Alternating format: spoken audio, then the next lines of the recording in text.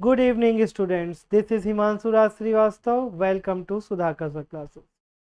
आज हम लोग क्लास 10th का चैप्टर नंबर 2 यानी कि कंट्रोल एंड कोऑर्डिनेशन पढ़ने चल रहे हैं। हमारी कोशिश यही रहेगी कि बहुत अच्छे से आपको ये चैप्टर समझ में आए। ठीक, अब इनको लाइव से अगर आप जोड़ लेंगे कंट्रोल और कोऑर्डिनेशन को तो ये चैप्टर आपके लिए और इजी बन जाएगा। ठीक, चलिए स्टार्ट करते हैं।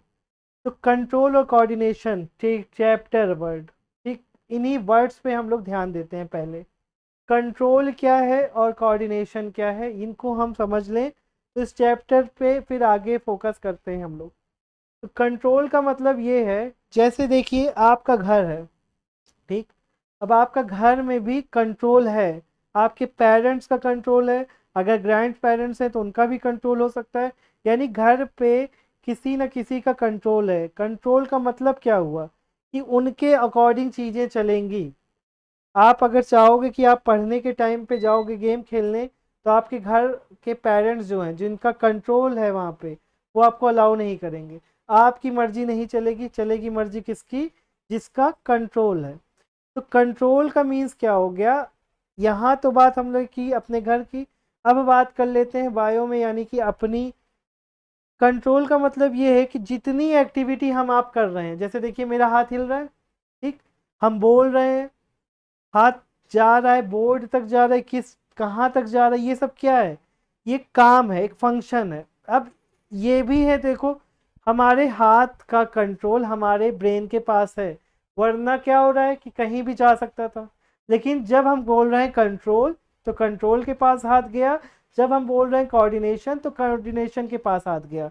इट मीन्स कि कंट्रोल का मतलब ये हो गया कि हम अपने फंक्शन को ऑर्गन के थ्रू करवाते हैं। हमारा ब्रेन क्या कर रहा है? उस चीज को कंट्रोल रखा है। अब देखो मेरा हाथ चल रहा है कि नहीं, लेकिन ऐसा थोड़ी ना है कि चलते चलते चला गया। पैर हम कोशिश किए कि हम यहाँ तक आ रहे हैं बोर्ड तक, तो हमारे पैर ने यहीं तक अलाउ किया। अब ये तो है नहीं कि हम चले जा रहे हैं और चलते ही चले जा रहे हैं बोर्ड को पार कर गए, ऐसा तो नहीं करेंगे ना। तो इसका मतलब हमारी बॉडी में ऐसे कुछ ऑर्गन्स हैं जो काम कर रहे हैं, और कुछ एक दो ऐसे ऑर्गन हैं जो हमें कंट्रोल सिखा रहे हैं। अब देखो मेरा हाथ गया यहाँ तक ना, तो इसका मतलब ये कंट्रोल है। ऐसा तो नहीं कि बस हम चलते चले जाए हाथ, नहीं। हमारी माउथ पे हमारा कंट्रोल है, तभी हम उतनी ही बात बोल रहे हैं जितनी आपको ज़रूरत है। नहीं, ऐसा नहीं कि बस बोलना स्टार्ट किए तो बोलते ही चले जा रहे हैं। पता चली को कंट्रोल और कोऑर्डिनेशन के बजाय उसमें लाइफ प्रोसेस भी पढ़ा दिए, उसमें हेरिडिटी भी पढ़ा दिए। नहीं, हमें पता है कि हमें कितना कंट्रोल करके आपसे बात करनी है, आपको इस चैप्टर को पढ़ाना है। ठीक, चलिए स्टार्ट। कंट्रोल आपको समझ में आ गया। कोऑर्डिनेशन क्या है? देखिए, कोऑर्डिनेशन वर्ड दो वर्ड से बना हुआ है। क्या है? एक को, और दूसरा क्या है? ऑर्डिनेशन। ठीक, कंट्रोल और कोऑर्डिनेशन में देखिए दो वर्ड्स बने, ठीक है। अब इनका मतलब आप समझ लीजिए तो आपको बहुत अच्छे से समझ में आएगा क्या हम लोग इस चैप्टर में पढ़ने वाले हैं। देखिए, को लिखा हुआ है, ठीक है। को लिखने के बाद यहाँ पे फिर ये वर्ड आ गया। अब इस वर्ड का मतलब ये है कि जैसे हमारा हाथ है, हम जितना बोल रहे हैं उतना हाथ हमारा हिल रहा है। ठीक, ये हो गया कोऑर्डिनेशन। जैसे लाइव प्रोसेस आप चैप्टर पढ़ चुके हो, तो लाइव प्रोसेस आप में आपने देखा कि स्टमक और कोई और ले लीजिए, जैसे लीवर ले लिया आपने, तो इन दोनों ऑर्गन्स के बीच में क्या है? कोऑर्डिनेशन है। कोऑर्डिनेशन कैसा है? जैसे स्टमक अपना काम कर रहा है तो जो काम स्टमक का नहीं है और लीवर उसमें हेल्प कर सकता होगा तो वो हेल्प कर देगा। तो इस तरह से हमारे ऑर्गन्स के बीच में क्या है? कोऑर्डिनेशन चलती रहती है। अब देखो एग्जांपल लो, सब बच्चे हमारे मॉल जाते ही होंगे। अब मॉल में आप गए, वहाँ पे आपने डिसाइड, घर से डिसाइड करके गए थे आप कि हम रेड कलर की टी शर्ट लेके आएंगे। ठीक, तब आपका कोऑर्डिनेशन कैसे काम करेगा? देखिए कोऑर्डिनेशन को समझिएगा। आप वहाँ गए, मॉल में गए, आप जहाँ टी शर्ट वाला एरिया था वहाँ पे पहुँचे, तो आपके ब्रेन ने पहले से डिसाइड किया था कि आपको रेड कलर का टी शर्ट देखना है। तो आपका पैर क्या करेगा? तब तक चलता रहेगा और आपकी आईज तब तक उस टी शर्ट को ढूंढती रहेंगी जब तक कि वो ना मिल जाए। और जैसे ही आपको वो रेड टी शर्ट मिल जाएगी जैसी आप चाहते थे, तो क्या हो जाएगा? आपका हाथ आगे बढ़ेगा। देखेगा कौन? आपकी आईज देखी, देखने के बाद हाथ गया और उस टी शर्ट को उठा लिया और पैर की हेल्प से आप चेंजिंग रूम में चले गए या फिर जहाँ पे पैसा आपको देना है वहाँ पे आप लेके वापस घर आ गए। तो ये है आपका कोऑर्डिनेशन। कोऑर्डिनेशन का एक एग्जांपल और देख लो, जैसे हार्ट आपने पढ़ा था, तो हार्ट से ब्लड फ्लो हो रहा था, किडनी में जा रहा, तो ऐसा तो नहीं है कि नहीं नहीं भैया हम काम नहीं करेंगे। सारे ऑर्गन्स एक दूसरे की हेल्प भी करते हैं और अपने अपने फंक्शन को बहुत आराम से कर लेते हैं। तो इसी चीज को हम लोग क्या कहते हैं, कोऑर्डिनेशन।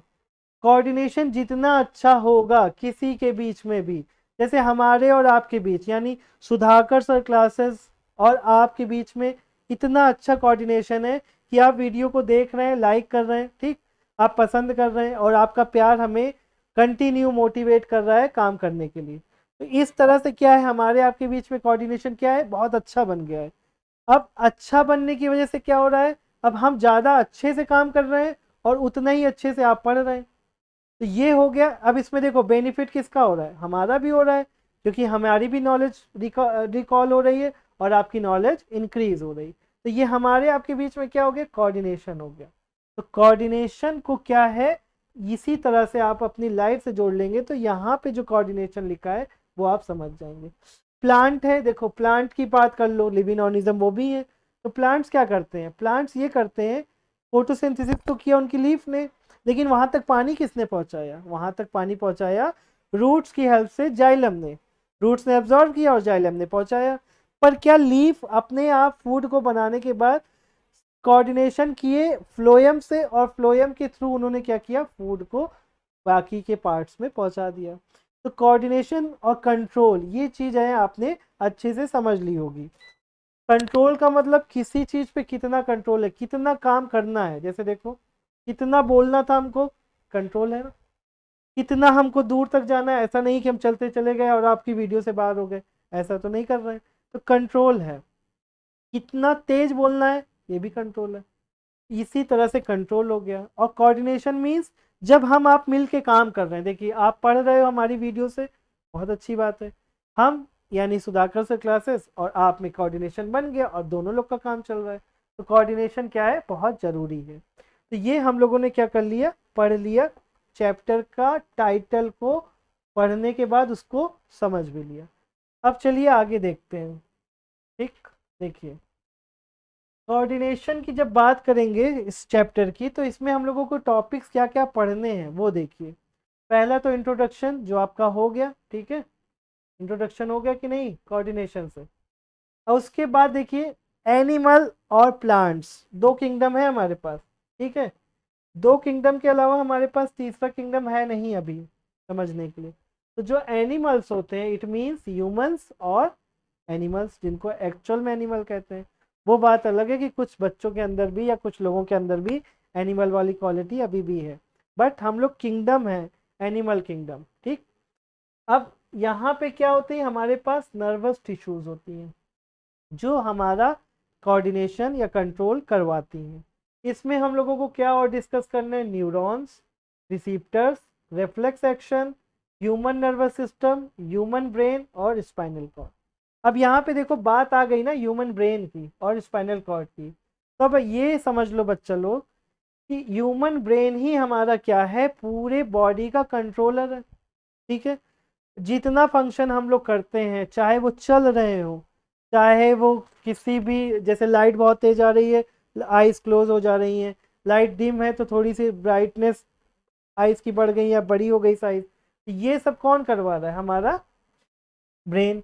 अब ब्रेन के बाद देखो एक वर्ड लिखा है स्पाइनल कॉर्ड ना। कुछ काम ऐसा भी है जो ब्रेन ना करके उन्होंने उसका कंट्रोल दे दिया है, किसको, स्पाइनल कॉर्ड को, ठीक है। जैसे आपके स्कूल में होंगे प्रिंसिपल और क्लास टीचर की बात कर लेते हैं। तो प्रिंसिपल का क्या होता है, पूरे स्कूल में कंट्रोल है, लेकिन जो क्लास टीचर है उसका कंट्रोल अपने क्लास में होता है, यानी स्पेसिफिक काम है उनका। ऐसा नहीं कि वो दूसरे के क्लास में जाके कुछ काम कर सकते हैं, नहीं, लेकिन वो अपने क्लास के बच्चों को अपने अकॉर्डिंग, रोल नंबर के अकॉर्डिंग बैठाना है, हाइट वाइज बैठाना है, इतना वो कंट्रोल कर सकते हैं। तो वैसे ही हमारे पास दो चीज़ है, एक क्या है ब्रेन, सेकंड स्पाइनल कॉर्ड। ये दोनों क्या करते हैं, हमारी बॉडी में होने वाले काम को करवाते हैं। तो ज़्यादा कंट्रोल किसका है? ह्यूमन ब्रेन का, और उसके बाद स्पाइनल कॉर्ड का। जो काम स्पाइनल कॉर्ड करती हैं उसका मैसेज पहुंचा देती हैं कहाँ पे? ह्यूमन ब्रेन्स तक, ठीक। मतलब समझे?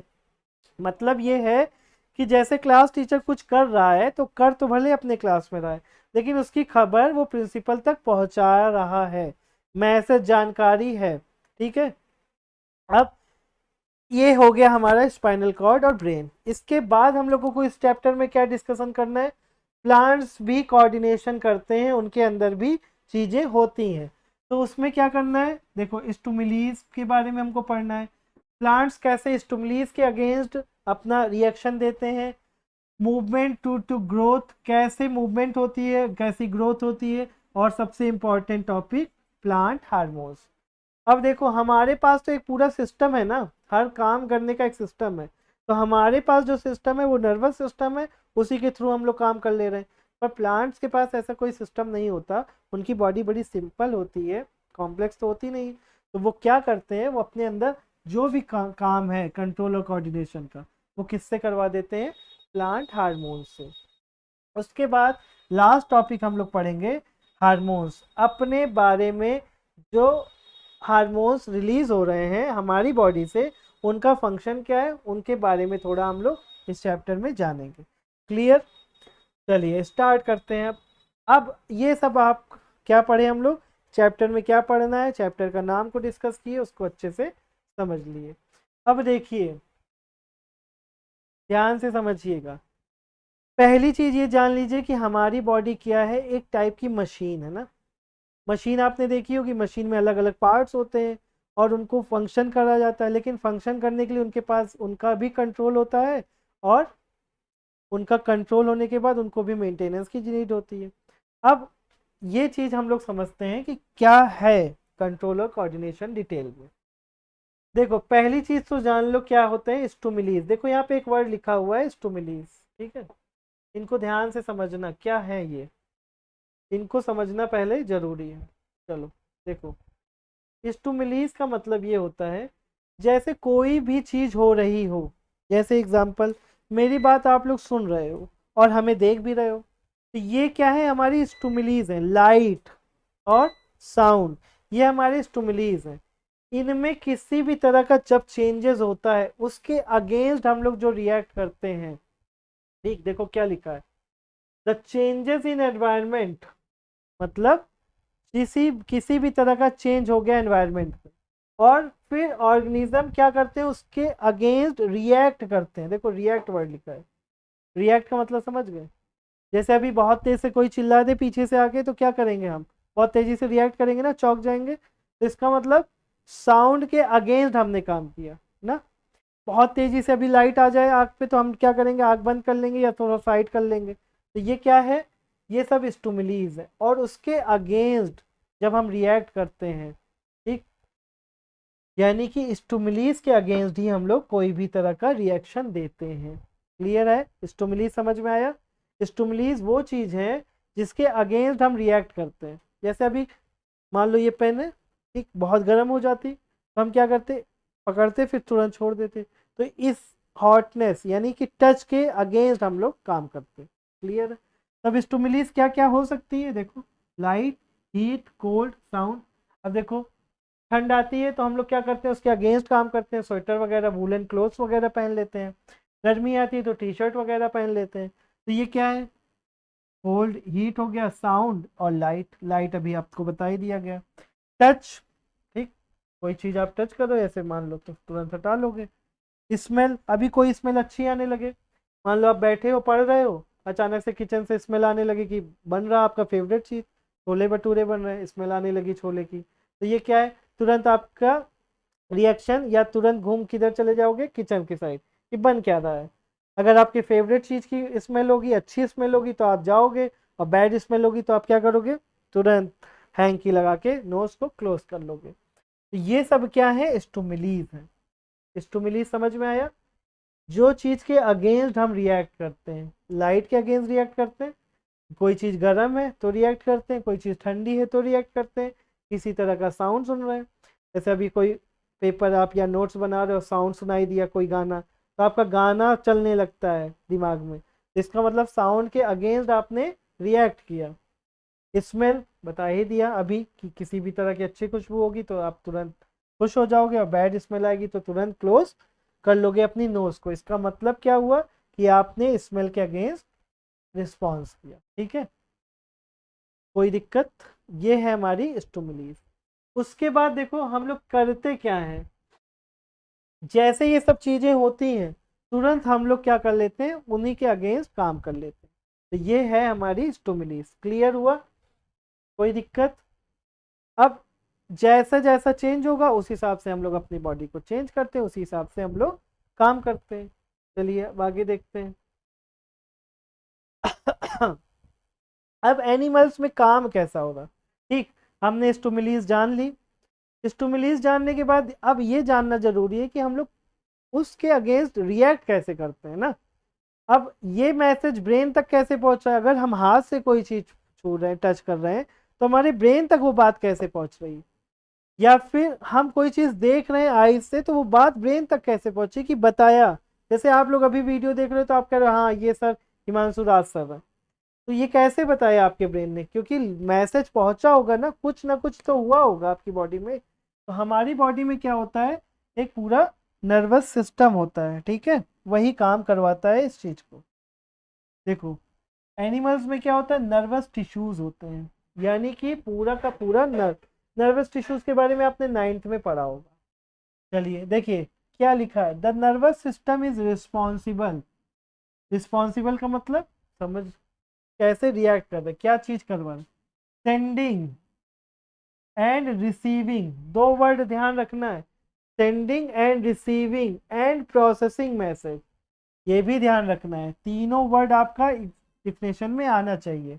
और ये क्या हो रहा है, जैसे टच किया आपने, यहाँ पे कुछ चीजें चली, उसके बाद वो मैसेज जाना है, फिर मैसेज आना है, तो ये सारी चीजें कैसे हो रही, तो जो एक केमिकल सिग्नल भेजा जा रहा है, बिना सिग्नल भेजे तो काम होगा नहीं। जैसे एग्जाम में आप लोग क्या करते हैं, एमसीक्यू में इशारा करते हो ना, फर्स्ट का सेकेंड, थर्ड का फोर्थ, ऐसे करके इशारा कर लेते हो, तो वो सिग्नल भेजा जाता है ना। तो वो सिग्नल यहाँ पे किस वर्ड में जाना जाएगा, केमिकल सिग्नल। ठीक, और इन्हीं केमिकल सिग्नल्स को क्या कहते हैं हम लोग, इम्पल्सेस।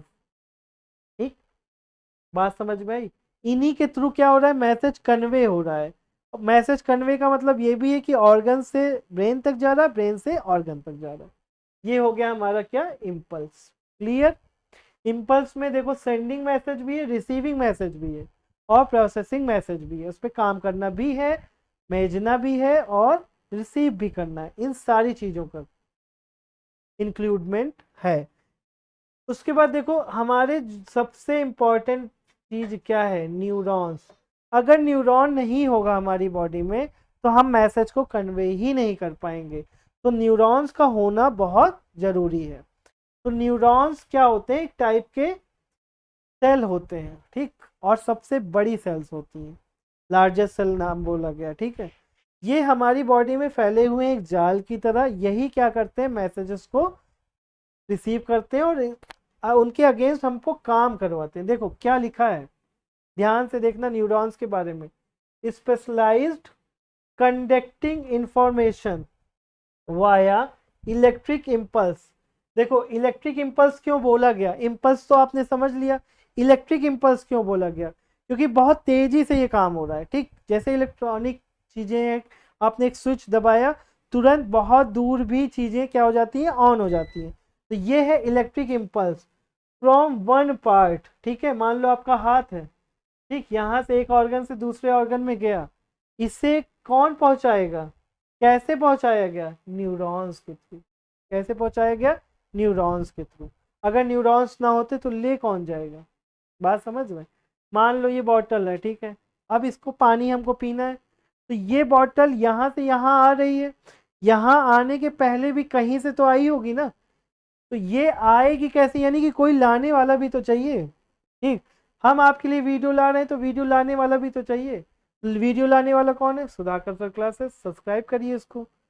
उसके बाद क्या है, ये पहुंच गया मैसेज, मैसेज के बाद रिएक्शन का भी चीजें इन्हीं के थ्रू पहुंच जाएंगी, और इस तरह से हमारा क्या करता है, न्यूरॉन्स काम करवाता है। किस काम को करवाता है, मैसेज को कन्वे करता है one part to another part और brain to brain, sorry brain to organ. उसके बाद देखिए एक सिंपल सी डिफिनेशन किसकी, नर्वस सिस्टम की, बहुत इजी डिफिनेशन है, बहुत आराम से आपको लर्न हो जाएगी। करना क्या है, देखना है। अ न्यूरॉन, एक न्यूरॉन की हम लोग एक बार में डिफिनेशन जब भी लिखेंगे तो एक न्यूरॉन की बात करेंगे। न्यूरॉन बहुत सारे स्ट्रक्चरल और फंक्शनल यूनिट हैं, ठीक। अब एक के बाद एक धीरे धीरे कई सारे बन गए, बनने के बाद वो एक सिस्टम में कन्वर्ट हो जाएंगे। देखो सिस्टम का मतलब हम लोगों ने लाइफ प्रोसेस में समझा है, लेकिन एक बार समझा दे रहे हैं। सिस्टम का मतलब ये होता है कि जब बहुत सारी चीज़ें छोटी छोटी मिलके एक बड़े फंक्शन को करती हैं तो वो क्या है, सिस्टम। अब जैसे देखो इसी क्लासेस में, सुधाकर सर क्लासेस में सुधाकर सर भी हैं, हिमांशु राज सर भी हैं। अब ये दोनों लोग मिल के एक सिस्टम बनाए जिसके थ्रू आपको वीडियो पहुंचा रहे हैं, तो ये क्या हो गया, हमारा एक सिस्टम हो गया। तो वैसे ही बहुत सारे न्यूरॉन्स मिलके या बहुत सारे ऐसे चीज जो स्टिमुलस के अगेंस्ट रिएक्ट कर रही, मैसेज को कन्वे कर रही, इन सब को मिलाने से जो हमारी बॉडी में एक सिस्टम बन रहा है उसे हम लोगों ने नाम दिया है नर्वस सिस्टम। ठीक है, क्लियर, समझ में आया, न्यूरॉन्स समझ में आया। न्यूरॉन्स करते क्या है, ये एक पार्ट से दूसरे पार्ट में मैसेज को या इंफॉर्मेशन बोल सकते हैं आप, उनको पहुंचाते हैं, ठीक। उसके बाद न्यूरॉन्स से बना नर्वस सिस्टम, ठीक है। चलिए आगे देखते हैं। अब बात जब न्यूरॉन्स की कर ही रहे हैं तो न्यूरॉन्स के फिगर को भी देख लेना, क्यों इनको पीछे रखे हैं। तो न्यूरॉन्स का फिगर आप देख रहे होंगे, बहुत सिंपल है, एग्जाम में कभी कभी पूछ लिया जाता है। न्यूरॉन्स करते कैसे हैं, देखिए काम कैसे करते हैं, इनको ध्यान से समझिएगा। इससे समझने से पहले हम रिसीप्टर्स को थोड़ा से समझ ले रहे हैं। रिसीप्टर्स वो चीज़ होती है, अब जैसे देखो मैं कोई इन्फॉर्मेशन रिसीव करने वाला भी तो होना चाहिए, जैसे हम पढ़ा रहे हैं तो पढ़ने वाले बच्चे भी तो होने चाहिए। तो ये मतलब कि हमारे मैसेज को कन्वे कर रहा है या रिसीव कर रहा है कोई ना कोई, तो रिसीव करने वाला भी चाहिए कि नहीं। तो हमारी बॉडी में क्या होते हैं, रिसीप्टर्स होते हैं। क्या होते हैं, रिसीप्टर्स। देखो समझाते हैं। रिसीप्टर्स का मतलब ये है कि जैसे देखो छोटे छोटे ऐसे, ठीक, रिसीप्टर्स आपको मिलेंगे कहाँ, रिसीप्टर्स हमको मिलेंगे जहाँ पे भी हमारी जो देखो 5 सेंस है ना, उन्हीं के पास मिलेंगे, वही तो मैसेज कन्वे करती है। तो रिसीव तो करना पड़ेगा पहले, कोई चीज़ भेजने के लिए पहले खुद तो मेरे पास होना चाहिए ना।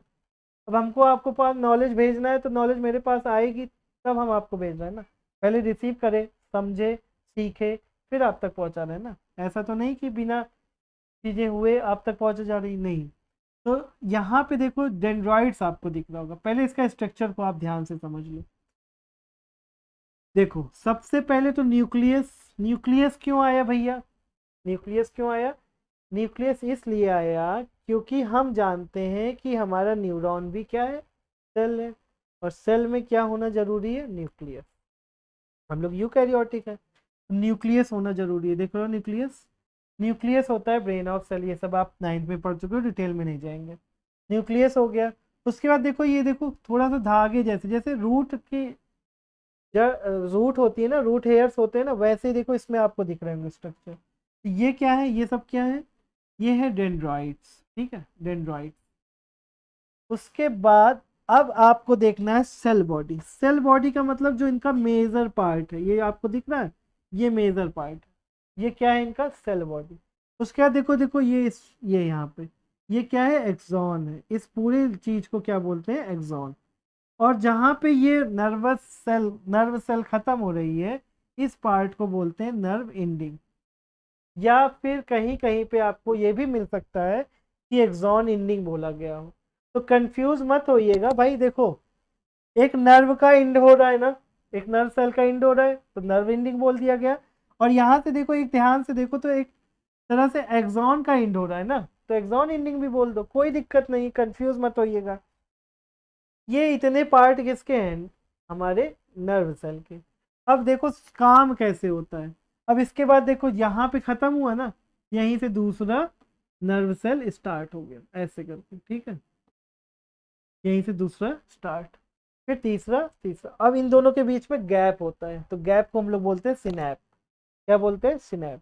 इनके बीच में गैप होगा, जैसे जब हम किसी चीज को ज्वाइंट करते हैं तो इस तरह से ज्वाइंट करते हैं ना, लेकिन यहाँ पे क्या होगा, देखो एक लगा, दिख रहा है, जैसे एक लगा, एक खत्म हुआ, जब खत्म होगा तो यहाँ पे जो थोड़ा सा स्पेस देके दूसरा स्टार्ट होगा। अब बात समझ गए? और जो इनके बीच में गैप होगा उसको बोलेंगे सिनैप, याद रखना। ये बात हो गई। अब देखो काम कैसे करता है, ठीक है, कोई चीज काम कैसे करती है वो भी जानना जरूर। देखो जब भी रिसीप्टर्स का वर्ड आएगा तो रिसीप्टर मतलब रिसीव करने वाले, तो रिसीव क्या करेंगे, इंफॉर्मेशन। जो हमारी फाइव सेंस है ना, फाइव सेंस ही हमारा काम करती है। हमारी आइज लाइट के इंफॉर्मेशन को कलेक्ट करती है, ईयर साउंड के करते हैं, इस तरह से। तो यहाँ पे क्या होते हैं, रिसीप्टर्स लगे होते हैं, ठीक है, क्या लगे होते हैं, ये देखो रिसीप्टर्स दिख रहा होगा शायद, ऐसे रिसीप्टर्स लगे हैं। अब जैसे ही लाइट की कोई इंफॉर्मेशन आई, ठीक, हमारी आइज ने किसी को देखा, तो आइज वाले जो रिसीप्टर्स होंगे वो फोटो होंगे, मतलब कि लाइट को की इंफॉर्मेशन को ही कलेक्ट करेंगे। कलेक्ट करने के बाद ये यहाँ पे भेज देंगे और यहाँ से होता हुआ ये कहाँ चला जाएगा, एक्सॉन एंडिंग पे, एक्सॉन एंडिंग से सेकंड पे। और जो जनरेट होगा वो कहलाएगा केमिकल इम्पल्स। ये मैसेज ऐसा तो है नहीं कि देर में धीरे धीरे आराम से जाए, ऐसा तो है नहीं। आप देखो कोई चीज गर्म टच करते हो तुरंत आपका हाथ हटता है, टाइम नहीं लेता ना। तो ये क्या करते हैं, तुरंत मैसेज पहुंचाते हैं। कैसे, इलेक्ट्रिकल इम्पल्स, अभी हमने लास्ट स्लाइड पे पढ़ा था ना, तो इलेक्ट्रिकल इम्पल्स, इलेक्ट्रिक क्यों बोला गया, क्योंकि बहुत तेजी से हो रहा है। और फिर जैसे इलेक्ट्रिकल इम्पल्स होता है, किसके थ्रू होता है, केमिकल के थ्रू, और वो मैसेज को कन्वे कर देता है दूसरे में, दूसरे से तीसरे में, इस तरह से ब्रेन तक पहुंचता है, ब्रेन से फिर आ जाता है। तो ठीक है, न्यूरॉन का फिगर आपको ध्यान से समझना है। न्यूरॉन का काम क्या है, मैसेज को कन्वे करना, ठीक है। अब एक न्यूरॉन से दूसरे न्यूरॉन के बीच में जो गैप है उसको क्या बोल दिए, उसको बोल दिए हम लोग सिनैप। चलिए ठीक है, अब आगे देखते हैं। तो फिगर ध्यान से समझ लो, फिगर ऐसे ही बनाना पड़ेगा। इसमें न्यूक्लियस है, डेंड्राइट्स है, एक्सॉन है, एक्सॉन के बाद एक्सॉन एंडिंग या फिर नर्व एंडिंग है, कंफ्यूज मत होइएगा बिल्कुल भी। चलिए आगे देखते हैं।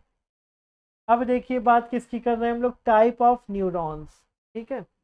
अब ऐसा तो है नहीं कि एक ही काम है उनका, उनको मैसेज रिसीव भी करना है, उनको मैसेज भेजना भी है। अभी हम लोगों ने बात किया था कि स्पाइनल कॉर्ड भी हमारा कुछ काम करवाती हैं, उनको कहते हैं रिफ्लेक्स एक्शंस, ठीक। अभी अभी हम लोग पढ़ते हैं उनके बारे में। तो हमारे पास न्यूरॉन्स के टाइप कितने हैं, देखिए।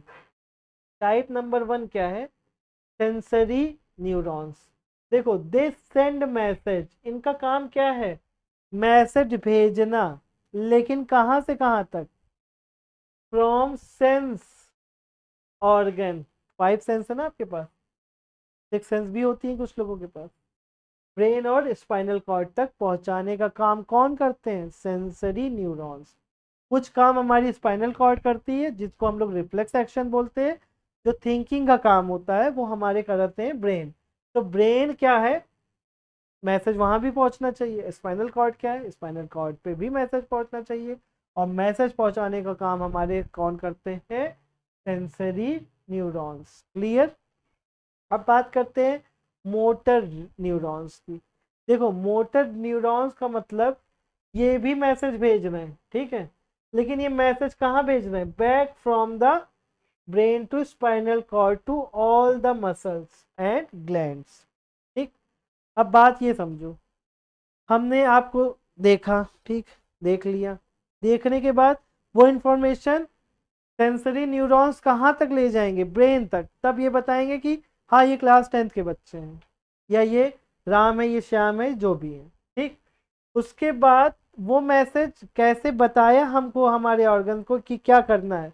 तो वो मैसेज फिर से ब्रेन से या स्पाइनल कॉर्ड से कहाँ तक आएगा, सेल्स तक या उस मसल्स तक जहाँ पे उस काम को करना है, और ग्लैंड्स तक कि कब कौन सा हार्मोन्स रिलीज करना है। तो ये कहलाएंगे हमारी मोटर न्यूरॉन्स। क्लियर। तो दो टाइप का मेजर टाइप है, एक सेंड मैसेज कर रहे हैं ब्रेन तक, और एक ब्रेन से मैसेज को ले आ रहे हैं कहाँ तक, ऑर्गन तक, ठीक है। चलिए उसके बाद देखो एक थर्ड है, इंटर न्यूरॉन और रिले न्यूरॉन। इनका काम क्या है, देखो इनका काम, पहले तो एक वर्ड ये याद रखो स्पेसिफिक, और दूसरा याद रखो कनेक्ट। ये न्यूरॉन्स को कनेक्ट करने का काम करते हैं, ना तो ये मोटर है, यानी कि ना तो ये मैसेज ले आते हैं ना तो ले जाते हैं, सेंसरी, ना तो मोटर है ना तो सेंसरी है। तो ये 3 टाइप के न्यूरॉन्स हमने पढ़ लिए। एक का काम क्या है, मैसेज पहुंचाना स्पाइनल कॉर्ड और ब्रेन तक, एक का काम है वहां से मैसेज ले आना, और इनका काम क्या है, इस कनेक्ट करते हैं न्यूरॉन्स को, कहाँ पे, स्पेसिफिक रीजन से, ठीक, खास जगह से। ये हो गया हमारा न्यूरॉन्स के टाइप। अब हम लोग देखो क्या पढ़ने चल रहे हैं, रिसीप्टर्स। अभी बात हुई थी ना न्यूरॉन के फिगर में रिसीप्टर्स की, तो चलो फिर इसके बारे में भी जान लेते हैं।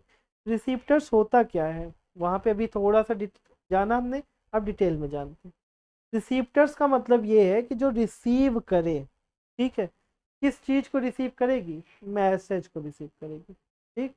अब मैसेज को रिसीव करने के लिए क्या करना पड़ेगा, हमारे पास रिसीप्टर्स होंगे। अब ऐसा तो है नहीं कि हर जो है हमारा हर सेंस एक ही टाइप का मैसेज रिसीव करेगा। आपकी आइज़ क्या करती हैं, आपकी आइज़ लाइट की इंफॉर्मेशन को कलेक्ट करती है कि नहीं, और ईयर साउंड को। तो ऐसा तो नहीं कि ईयर ही लाइट भी कर रहा है, ईयर ही साउंड भी कर रहा है। तो जब इनका काम अलग है भैया, तो इनके पास रिसीप्टर्स भी तो अलग अलग होंगे। मेरा काम है बायो पढ़ाना, तो हम बायो पढ़ाएंगे। सुधाकर सर अलग हैं, वो केमिस्ट्री और मैथ आपको आजकल पढ़ा रहे हैं। तो आप क्या कर रहे हैं, हमारा इनका काम अलग अलग है, तो हम लोग अपना अपना काम कर रहे हैं ना। अगर हमारा इनका एक ही काम होता तो एक ही जैसे होते ना हम लोग, पर ऐसा तो है नहीं, हम अलग काम के लिए बने हैं, वो अलग काम के लिए बने। इम्पॉर्टेंट क्या है हमारा, कि हमारे पास उस टाइप के रिसीप्टर्स भी होने चाहिए जिस टाइप का उनका काम है। तो अब बात करते हैं रिसीप्टर्स के टाइप का। देखो पहला है वर्ड फोनो, ठीक। फोनो का मतलब क्या है, देखो फोन याद है ना, फोन याद है आपको, फोन चलाते हो ना सबके सब। तो फोन का मतलब क्या है, सुनना। फोन कहाँ लगाते हो, ईयर पे लगाते हो ना। इट मीन्स फोन जो होगा, फोनो रिसीप्टर्स कहाँ मिलेगा हमें, ईयर्स में। फोन कहाँ लगाते हैं सब लोग, कान पे ही लगाते हो ना, ठीक। उसके बाद देखो ये रिस्पॉन्सिबल किस चीज़ के होंगे, तो कान हमारा, ईयर हमारा किस चीज़ के लिए रिस्पॉन्सिबल है, हियरिंग के लिए। यानी कि जो फोनो रिसीप्टर्स होंगे वो सिर्फ एक काम करेंगे, क्या करेंगे, सुनने का काम करेंगे, यानी साउंड के अगेंस्ट या साउंड वाली इंफॉर्मेशन को वो कलेक्ट कर लेंगे भैया, ठीक है। चलो फोटो रिसीप्टर देख लो। देखो फोटो का मतलब हम लोग बायो में जानते हैं लाइट, यानी कि चीज़ें जब हम देख रहे हैं तो जो लाइट आ रही है हमारे ऊपर उसको हम करते हैं। तो यानी ये कहाँ पे होगा, इट मीन्स ये हमारी आईज में होगा, ठीक है। भैया देखते कहाँ से हो, देखते आँख से ही हो ना, और देखते किसकी वजह से हो, लाइट की वजह से। लाइट का एक और नाम क्या है साइंस में, फोटो। इट मीन्स फोटो रिसीप्टर्स कहाँ मिलेंगे आपको, आईज में मिलेंगे। और जब आईज में मिलेंगे तो हमको क्या चीज़ के लिए रिस्पॉन्सिबल करेंगे, विजुअल होगा किसी भी चीज़ का। जैसे अब आप हमको देख रहे हैं, तो ये कैसे देख रहे हैं, फोटो रिसीप्टर्स आपको क्या कर रहे हैं, इंफॉर्मेशन आपके ब्रेन तक पहुंच रहे हैं और आप जान जा रहे हैं कि हम कौन हैं। चलिए थर्मो रिसीप्टर्स, ये कहाँ पर, देखो थर्मामीटर से आप क्या करते हो, टेम्परेचर नापते हो। यहाँ पे थर्मो का मतलब क्या है, स्किन का ही टेम्परेचर होता है ना, बाहर से ही टच करके देखते हैं ना हम लोग फीवर कितना है। तो ये क्या है, हमारे स्किन में प्रेजेंट है। अब स्किन में प्रेजेंट है तो क्या क्या चीज़ के अगेंस्ट काम करेंगे, कैसी इंफॉर्मेशन लेंगे, तो टच, हीट, कोल्ड, ये सब चीज़ें क्या करेंगे, ये स्टोमिलीज के अगेंस्ट काम करेंगे। यानी ऐसी इंफॉर्मेशन लेंगे जिसमें टच का काम होगा। जैसे गर्म चीज़ को टच कर लिया तो स्किन हमारी टच में काम आ रही, पेन हो रहा है किसी भी तरह का, हीट, ये सब इंफॉर्मेशन कौन कलेक्ट करेगा, थर्मो। क्लियर, तीनों चीज़ समझ में आई होगी, बहुत अच्छी बात। उसके बाद देखो ऑल ऑल फैक्ट्री, ठीक है, ये कहाँ के हैं, ये हमारी नोज में प्रेजेंट है। अब भैया नोज में प्रेजेंट है तो काम इनका क्या होगा, बताने की ज़रूरत है नहीं, लेकिन फिर भी बता दे रहे हैं कि हमारा क्या है, रिसीव स्मेल। नोज से कोई और काम करते हो नहीं, स्मेल वहीं से जाती है, तो इसका मतलब अगर हमारी नोज में प्रेजेंट है ये रिसीप्टर्स तो उनका काम क्या हो जाएगा, उनका सिर्फ एक काम है स्मेल की इंफॉर्मेशन को रिसीव करना। उसके बाद देखो गस्टरी है, इसका मतलब ये प्रेजेंट है हमारी टंग में।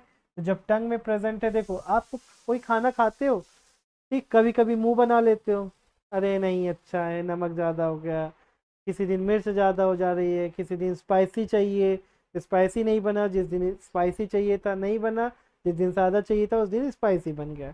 ये सब टेस्ट आपको मिला कैसे? ये टेस्ट मिला हमारी टंग की हेल्प से।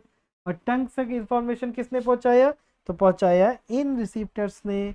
और ये हमें मिलेंगे कहाँ पे? हमारी टंग में। क्लियर? ये हमारे 5 टाइप के रिसीप्टर्स हैं, इनके बारे में आपने जान लिया। रिसीप्टर्स क्या होते हैं तो उसकी डिफिनेशन लिखी हुई है। These are specialised tips of nerve cell that detect information को क्या करते हैं? पहचानते हैं और रिसीव करते हैं जो भी एनवायरनमेंट में चेंजेस हो रहे हैं, और कहाँ पे पहुंचाते हैं? ब्रेन तक। और ब्रेन को पहुंचाने के बाद क्या करते हैं? उसके अगेंस्ट काम कर लेते हैं। ठीक है, चलिए आगे देखते हैं।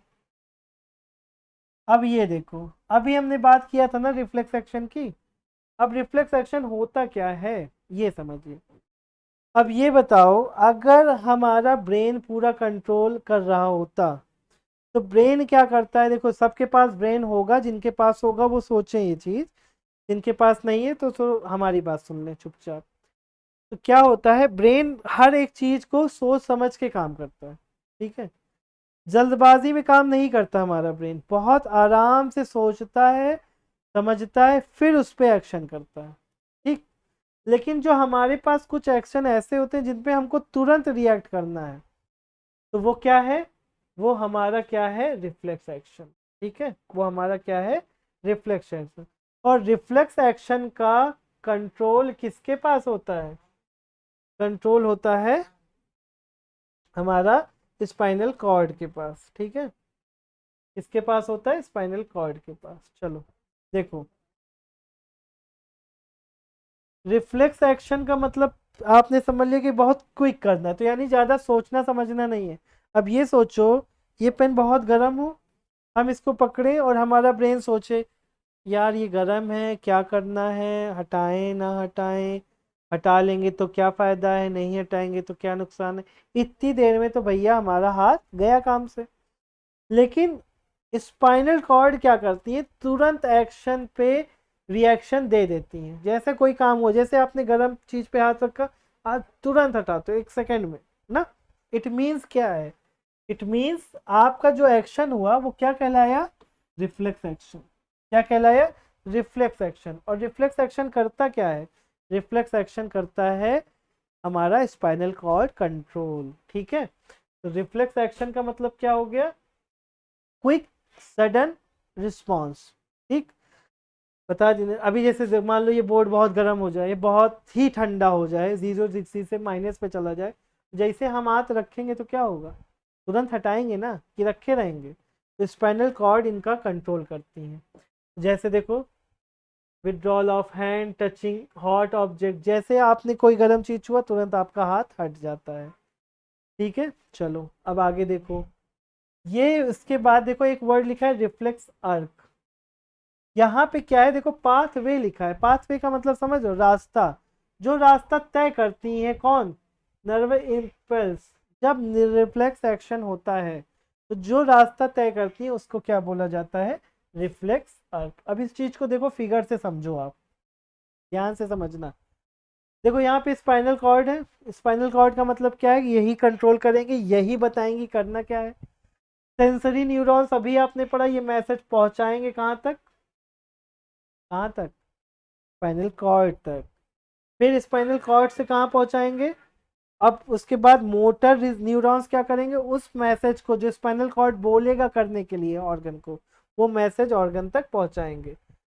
ये काम इतने सेकंड्स में होता है कि हमें आपको बिल्कुल भी टाइम नहीं लगता हाथ को हटाने में या तुरंत रिएक्शन देने में। ठीक है, जैसे देखो बॉटल देख लो।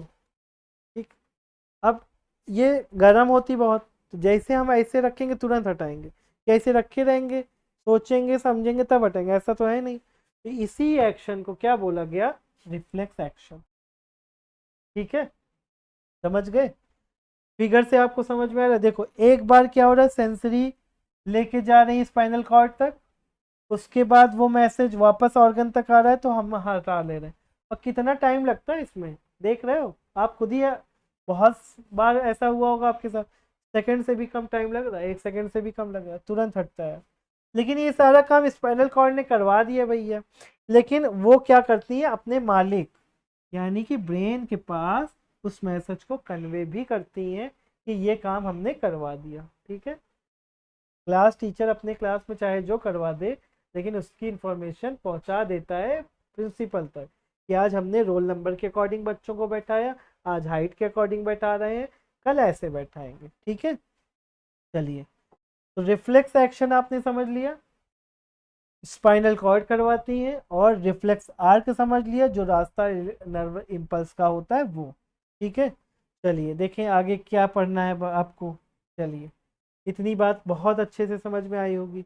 अब देखो, हमारा जो रिस्पांस होता है किसी भी चीज़ को लेके, वो 3 टाइप का हो सकता है।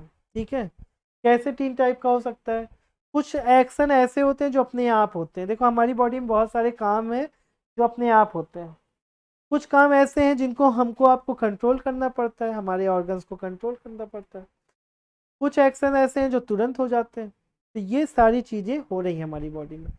याद होगा आपको क्लास 9 की कुछ बातें, तो वहाँ पे आपने पढ़ा था जब मसल्स के बारे में, इनवॉलेंट्री मसल्स पढ़ा था, वॉलेंट्री मसल्स पढ़ा था। उन्हीं से रिलेटेड यहाँ पे ये स्लाइड है। देखिए पहला वर्ड लिखा है वॉलेंट्री। तो वॉलेंट्री का मतलब ये होता है ऐसे एक्शंस, ठीक, कैसे एक्शन, जिनका कंट्रोल हो हमारे पास। बात समझे, जिनका कंट्रोल हो हमारे पास। अब चीज देखो, हम राइटिंग कर रहे हैं ना, देखो लिख रहे हैं ना, ये देखो कुछ भी लिख दे रहे हैं, जैसे अपना नाम ही लिख दिए। अब ये ना राइटिंग जब हम चाहेंगे तब होगा ना, कि अपने मन से होता जाएगा, वीडियो ऑन की और अपने मन से सारा काम हो जाएगा, नहीं। तो ये क्या हो रहा है, ये हमारा वॉलेंट्री मसल है, वॉलेंट्री काम है, यानी कि वॉलेंट्री मसल्स इन काम को कर रही हैं। जब हम चाहेंगे तभी लिखेंगे, नहीं चाहेंगे तो नहीं लिखेंगे। जब हम चाहेंगे तो आप बात करेंगे, जब चाहेंगे तो बात नहीं करेंगे। तो ये क्या है, ये भी हमारा वॉलेंट्री फंक्शन है, रिस्पॉन्स है। तो ब्रेन इसका कंट्रोल करता है। ठीक है, इसका कंट्रोल किसके पास है, ब्रेन के। और ब्रेन में भी किसके पास है, एक ब्रेन का पार्ट होता है, भी हम लोग आगे डिस्कस करेंगे, फोर ब्रेन। तो याद रखना, in control sorry voluntary functions का कंट्रोल किसके पास होता है, फोर ब्रेन के पास। ठीक है, उसके बाद देखो इनवॉलेंट्री। इनवॉलेंट्री का मतलब होता है जो एक्शन हमारे आपके कंट्रोल में नहीं है, अपने आप हो। ठीक है, जैसे रेस्पिरेशन आपने पढ़ा था लाइफ प्रोसेस में, तो क्या आप उसको कंट्रोल करते हो, हार्ट बीट को कंट्रोल करते हो कि नहीं, अभी नहीं धड़को बाद में धड़कता, इतने टाइम अभी धड़को बाद में धड़कता, नहीं। हम आप क्या करते हैं, उसका कंट्रोल हमारे आपके पास नहीं है। इट मीन्स ये क्या है, इनवॉलेंट्री फंक्शंस हैं। अब इनवॉलेंट्री का कंट्रोल किसके पास होता है, मीट के पास भी होता है, और कुछ कंट्रोल हाई ब्रेन के पास भी होता है। ये हो गया इनवॉलेंट्री और वॉलेंट्री। रिफ्लेक्स एक्शन अभी जस्ट हम लोगों ने पढ़ा ही है, बस इसको क्विक से देख लो कि कंट्रोलर कौन होता है इसका, स्पाइनल कॉर्ड। जैसे हम लोग किसी भी गर्म ऑब्जेक्ट से हाथ तुरंत हटा लेते हैं, जिसमें यानी कि हमको ज़्यादा सोचने का टाइम नहीं है, हमको तुरंत एक्शन की नीड है, ठीक, तो वो क्या हो जाएगा, हमारा रिफ्लेक्स एक्शन। ठीक है, चलिए आगे देखिए। अब बात जब आ गई कि एक्शन कैसे हो रहा है, कैसे कंट्रोल है, तो बात आ गई कंट्रोलर की। सबसे बड़ा कंट्रोलर हमारे पास है, और इसीलिए हम लोग कहलाते हैं सबसे डेवलप्ड लिविंग ऑर्गेनिजम्स।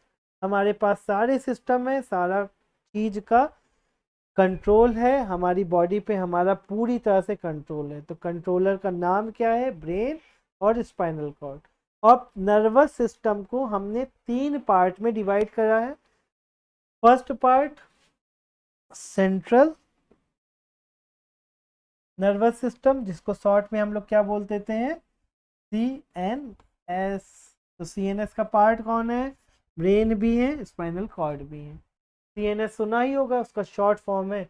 दोनों चीज याद रखिएगा, एग्जाम में कभी भी कुछ भी पूछा जा सकता है, शॉर्ट फॉर्म भी पूछा जा सकता है आपसे, डिटेल में भी, तो दोनों चीज आपको याद होनी चाहिए। दूसरा है पेरिफेरल नर्वस सिस्टम, ठीक है। इसमें हम लोग पढ़ेंगे क्रेनियल, यानी कि जो चीज ब्रेन से कन्वर्ट होती है, नर्वस, स्पाइनल और सॉरी क्रेनियल नर्वस और स्पाइनल नर्वस को हम लोग पढ़ेंगे, यानी कि जो चीज़ ब्रेन से हो रही है और जो चीज़ स्पाइनल कॉर्ड से हो रही है। फिर उसके बाद है ऑटोमेटिक नर्वस सिस्टम। यहाँ पे हम लोग दो चीज़ के बारे में पढ़ेंगे, सिस्टैटिक और पैरा। इनके बारे में हम लोग चलो पढ़ते हैं, देर नहीं करते हैं। अब बात आ गई ब्रेन की ना, तो ब्रेन हमारा किस चीज़ का पार्ट है? CNS का पार्ट है, यानी कि सेंट्रल नर्वस सिस्टम का।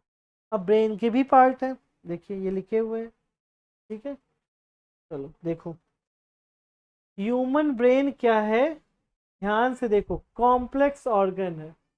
पहली चीज जान लो, कॉम्प्लेक्स ऑर्गन है, मतलब बहुत सारी चीजें हैं इनमें, सिंपल नहीं है ब्रेन, इसलिए बहुत सारे लोगों के पास ब्रेन होगा भी नहीं। Which is mainly composed of nervous tissue. किस चीज से बना है ब्रेन हमारा? नर्वस टिश्यू से बना है। और the brain is covered by the 3 layered system of membrane. इनका नाम याद रखिएगा, इनको एक वर्ड में बोला गया है, मीनिंग्स, ठीक है, ध्यान रखिएगा। ये तीनों तरफ से क्या किए, कवर किए हुए, 3 लेयर्स है ब्रेन के पास। और इनमें क्या होता है, फ्लूइड वगैरह, देखो ऑक्सीजन यहाँ भी जाती है। और ब्रेन हमारा क्या करते हैं, सारी बॉडी में जितना भी फंक्शन है उसका कंट्रोल करते हैं। ऐसे समझ लो कि 98% काम इन्हीं से होता है, 2% स्पाइनल कॉर्ड से, जैसे चलना, रिफ्लेक्स एक्शन, ये सब हो गया वो स्पाइनल कॉर्ड है। लेकिन स्पाइनल कॉर्ड को भी कंट्रोल ब्रेन कर रहे हैं। और ब्रेन किसका पार्ट है हमारे? CNS का, ध्यान रखिएगा। फिर ब्रेन के पार्ट में है फोर ब्रेन, मिड ब्रेन और हाइड ब्रेन, ठीक है। मेनली डिवाइड किया गया है ब्रेन को, जैसे देखो ब्रेन है आपका, ठीक, ब्रेन को देखो इस तरह से आप बना दो ब्रेन। ब्रेन क्या हो गया, अब देखो इनको 3 पार्ट में डिवाइड किया गया, एक आगे का हिस्सा हो गया, एक मिडिल हिस्सा हो गया और एक ये, तो 3 पार्ट में डिवाइड किया गया। तो सबसे पहले जो आगे हिस्सा है आपका, ये वाला हिस्सा, ठीक है, ये क्या है आपका? फोर ब्रेन है। मिड ब्रेन बीच वाला हिस्सा, और हाइड ब्रेन जो पीछे वाला हिस्सा है, ठीक है। इन 3 पार्ट में किसको डिवाइड किया गया है? ब्रेन को। उसके बाद देखिए ब्रेन, ये देखिए ब्रेन का फिगर आ गया, ठीक है। ब्रेन का फिगर देख लो, सबका ऐसा ही ब्रेन होगा। ब्रेन की एक बात जान लीजिए कि लगभग 1.5 किलो का ब्रेन है हमारे पास, ठीक है, 1400 से 1500 ग्राम, किलो नहीं। देखो फोर ब्रेन हो गया, अभी बताया ना, आगे वाले पार्ट को, ब्रेन को अगर आप देखोगे अपने बॉडी पार्ट्स में, तो आपका ब्रेन ऐसे ही रखा है ना, ठीक है। तो ये देखो फोर ब्रेन किधर है, इस तरफ है ना, तो इस तरह से बना लो। ये क्या है हिस्सा? फोर ब्रेन का है। पीछे वाला हिस्सा हाइंड ब्रेन है, और फिर नीचे वाला हिस्सा क्या है? सॉरी, मिड ब्रेन है। ये तीनों ब्रेन से हमारा, तीनों पार्ट से हमारा क्या बन गया? ब्रेन। ब्रेन के बारे में देखो कुछ और चीज़ें भी हैं। एक चीज़ आप ये पढ़ लो, पिट्यूटरी ग्लैंड, इसको कहा जाता है मास्टर ग्लैंड। क्या कहा जाता है? मास्टर ग्लैंड, क्योंकि यही ग्लैंड है हमारे पूरे जितने भी ग्लैंड्स हैं उनका कंट्रोल इनके पास है, कब कौन सा हार्मोन्स रिलीज करना है, किस टाइम पे करना है, ये सारी चीज़ें। फिर इसी का देखो ब्रेन का एक पार्ट है मिड्यूला, सेरिब्रम, हाइपोथैलेमस, इन सब के बारे में हम अब आगे पढ़ते हैं। ब्रेन होता कहाँ है हमारा? हमारे स्कल के अंदर। और कितने ग्राम का होता है? लगभग समझ लो कि 1400 से मान लेते हैं 1500 ग्राम, ठीक है, क्लियर। चलिए, अब बात हो गई ब्रेन के फिगर की, ब्रेन के पार्ट्स की, ध्यान से देख लो, ब्रेन यही है हमारा। अब बात करते हैं हम किसकी? ब्रेन के पार्ट्स की। चलो देखो, सबसे पहले क्या लिखा हुआ है? सेरिब्रम लिखा हुआ है कि नहीं? ठीक है, सेरिब्रम लिखा हुआ है। सेरिब्रम का काम क्या है? देखो, cerebrum is the largest part of the human brain. पहला पॉइंट याद रखिए, बहुत इंपॉर्टेंट है, क्या है? सेरिब्रम क्या होता है, सबसे इम्पोर्टेंट लार्जेस्ट पार्ट है किसका, ह्यूमन ब्रेन का।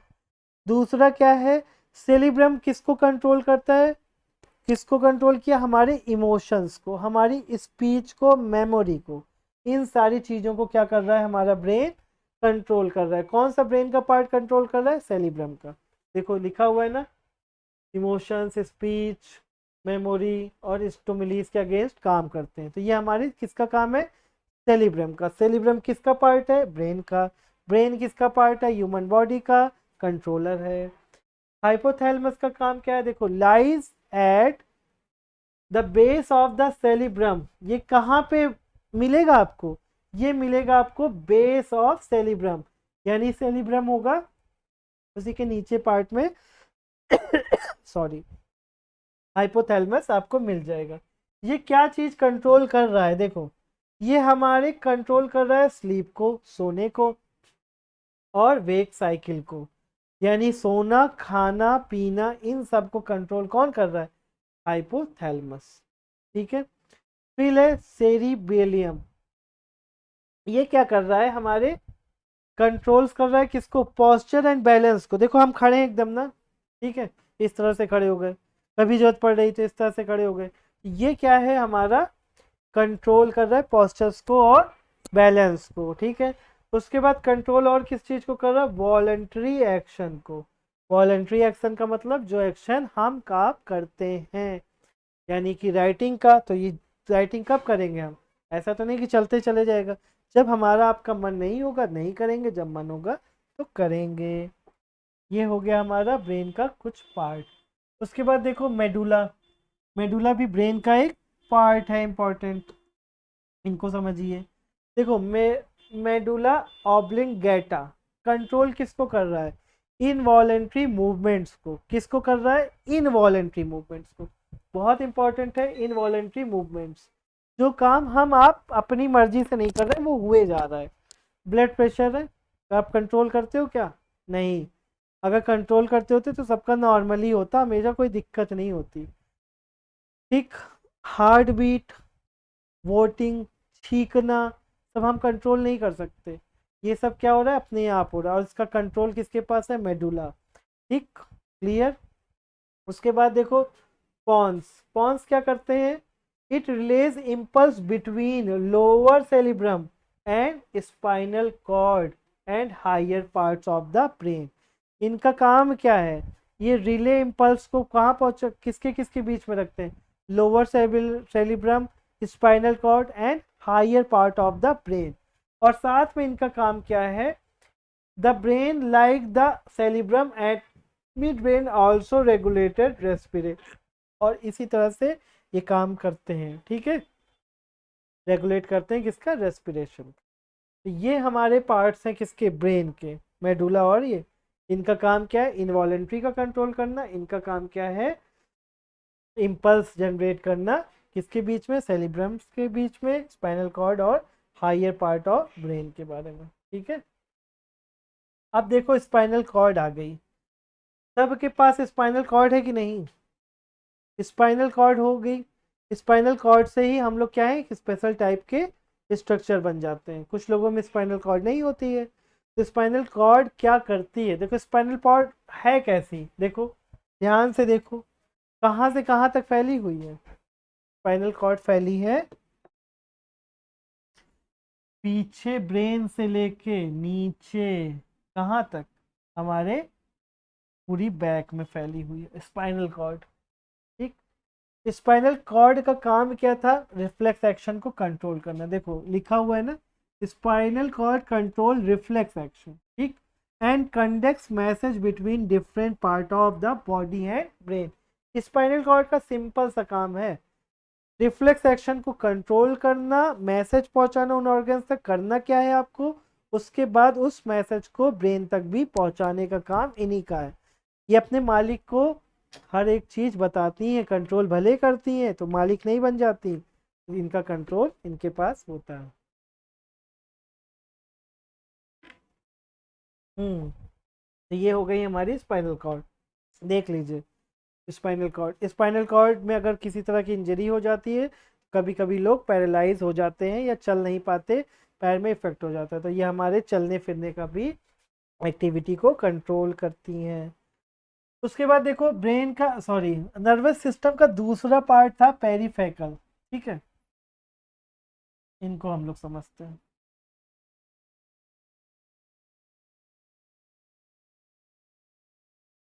चलो देखो, पेरिफेकल को ध्यान से समझना। इसमें दो पार्ट में डिवाइड किया गया है इस फंक्शन को, क्रेनियल नर्वस और स्पाइनल नर्वस। स्पाइनल नर्व का मतलब ये है जो स्पाइनल कॉर्ड से रिलेटेड है, क्रेनियल का मतलब जो ब्रेन से रिलेटेड है। ब्रेन के पास देखो इतने पेयर्स में नर्व सेल होती है हमारे पास, क्रेनियल सेल कितनी है 12 पेयर्स में, और जो हमारे पास स्पाइनल नर्व है वो है 31 इन पेयर्स। ठीक है, ध्यान रखना दोनों में देखो डिफरेंस कितना हो गया, एक के पास 12 पेयर्स हैं, एक के पास 31 पेयर्स हैं, 12 एंड 31। इनका काम क्या है, देखो cranial nerve come out of the brain, कहाँ से निकल के आ रही है, ब्रेन से निकल के आ रही है, और कहाँ जा रही है, organ in the head reason. ठीक है, यानी कि हेड रीजन से निकल के जा रही है किधर, बाकी पार्ट्स में। और इनका काम क्या है, ये कहाँ से निकल रही, nerve cell out from the spinal cord and go to the organ which are below the head region. Head के ऊपर वाले पार्ट में ये सेल्स जा रही हैं और नीचे वाले पार्ट्स में ये जा रही हैं। क्लियर है, ये हमारा डिफरेंसेस हो गया क्रेनियल नर्व में और स्पाइनल नर्व में। सबके पास स्पाइनल कॉर्ड है, सबके पास ब्रेन है, सब लोग बढ़िया से काम कर रहे हैं, तो ये दोनों के बीच में क्या है, कोऑर्डिनेशन बड़ा अच्छा है, कोई किसी भी तरह का डिस्टरबेंस किसी के काम में नहीं करता। अगर हमारा ऑर्गन सिस्टम ऐसा हो जाए कि दोनों सबका कोऑर्डिनेशन हट जाए तो क्या होगा, हमारी बॉडी पूरी तरह से लैग कर जाएगी, हमारा पूरा का पूरा सिस्टम खत्म हो जाएगा। अब देखिए उसके बाद लास्ट में देखो ऑटोमेटिक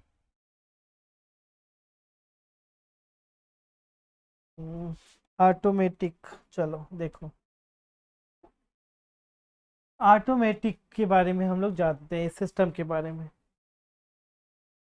ठीक, this part of the autonomous nervous system heightened the activity of an organ per the need. For example, during running there is increased demanding for oxygen, यानी जैसे ज़रूरत है वैसे ये अपने आप काम करना शुरू कर दे।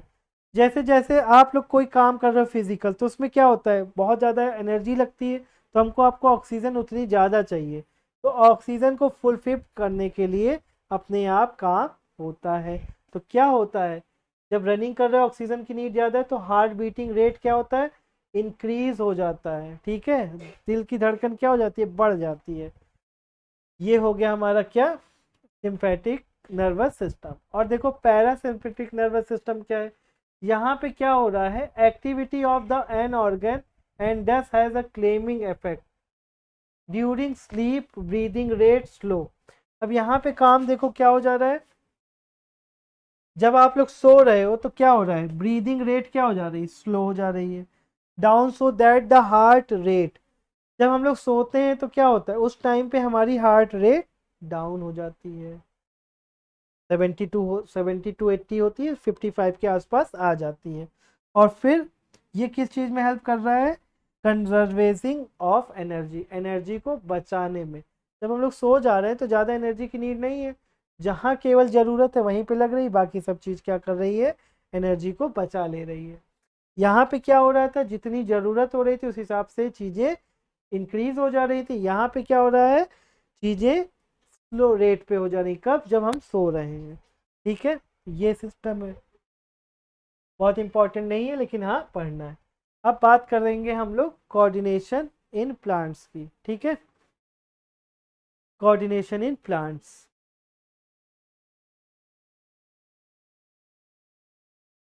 चलिए स्टूडेंट्स, अब हमने पढ़ लिया, अपने बारे में जान लिया नर्वस सिस्टम को, अब हम लोग बात करते हैं कोऑर्डिनेशन इन प्लांट्स की।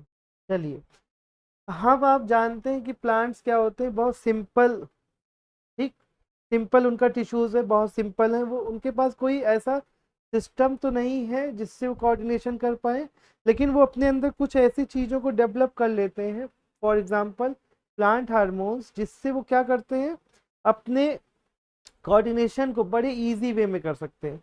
अब इनका कोऑर्डिनेशन होता कहाँ पे है, लीफ का रूट से, रूट का स्टेम से, इस तरह से क्या है, इनका आपस में क्या है, कोऑर्डिनेशन है। कोऑर्डिनेशन होना क्यों जरूरी है, हमने अभी पढ़ ही लिया कि कोऑर्डिनेशन के बिना कोई भी लिविंग ऑर्गेनिज्म काम ही नहीं कर सकता, क्योंकि उनके बीच में अगर ऑर्गन्स के बीच में अगर सिस्टम कोऑर्डिनेशन नहीं होगा तो उनका सिस्टम कोलैप्स कर जाएगा। ठीक है, इस तरह से तो प्लांट्स के पास क्या है, कोई सिस्टम नहीं, बॉडी बहुत सिंपल है, तो इसलिए वो क्या करते हैं, आराम से हार्मोन्स को प्रोड्यूस करते हैं, केमिकल को रिलीज करते हैं और उन केमिकल्स के थ्रू अपने काम को कर लेते हैं।